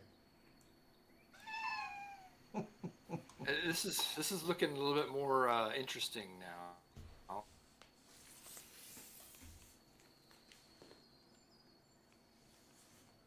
yeah. I think it would be really nice. I've heard some things about these shield guardians. It would be really nice to have that as a guardian for us, and could do it too. But Inyoka, Is happy we didn't What do kill you- people. I know I don't know how you feel about that. But I mean, we just battling the orcs. They're ruthless. They're ruthless. They're good fighters. They protect their land. That is their way. This is the way. I like it. I don't think we should go back. So Carrick says, hey, look, we achieved what we wanted to achieve. It's more time in the wrong direction. And maybe we can find canoes at Camp Vengeance when we, to get back. But I think we should just press on. We need necklace.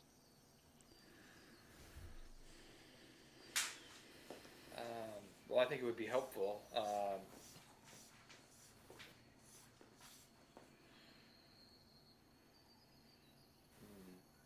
It's probably not going to be a special ops thing to try to get that necklace, though. Yeah, that would be a full-on assault. I think the canoes are definitely something that we should consider. It's gonna shave not a lot of time off of our journey.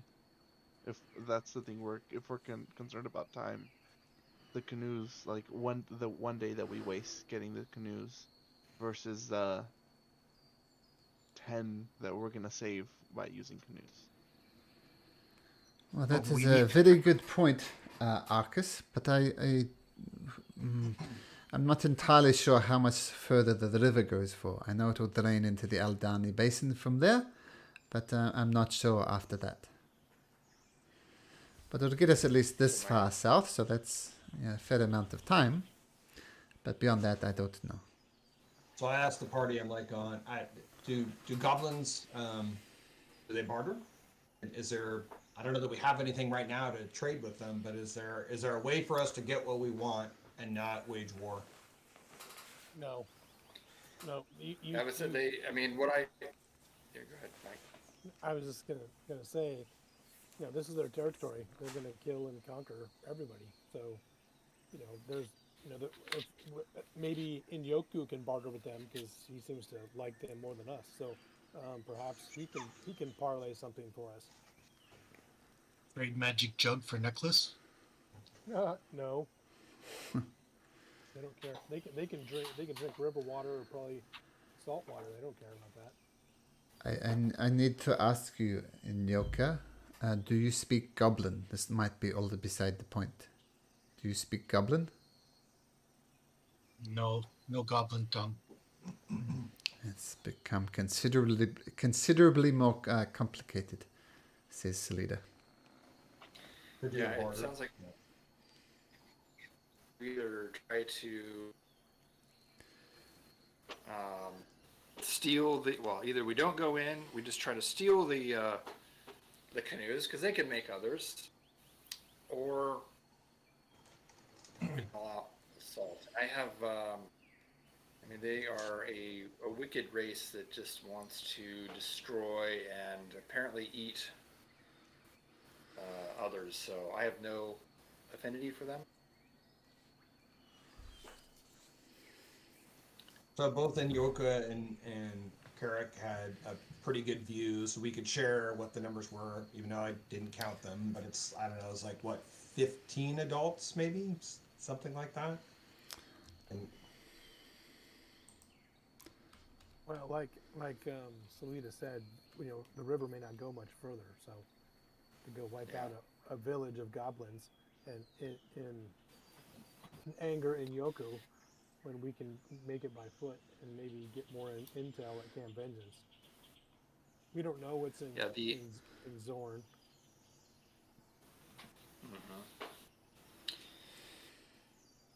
so on foot, how long does it take to get to Camp Vengeance?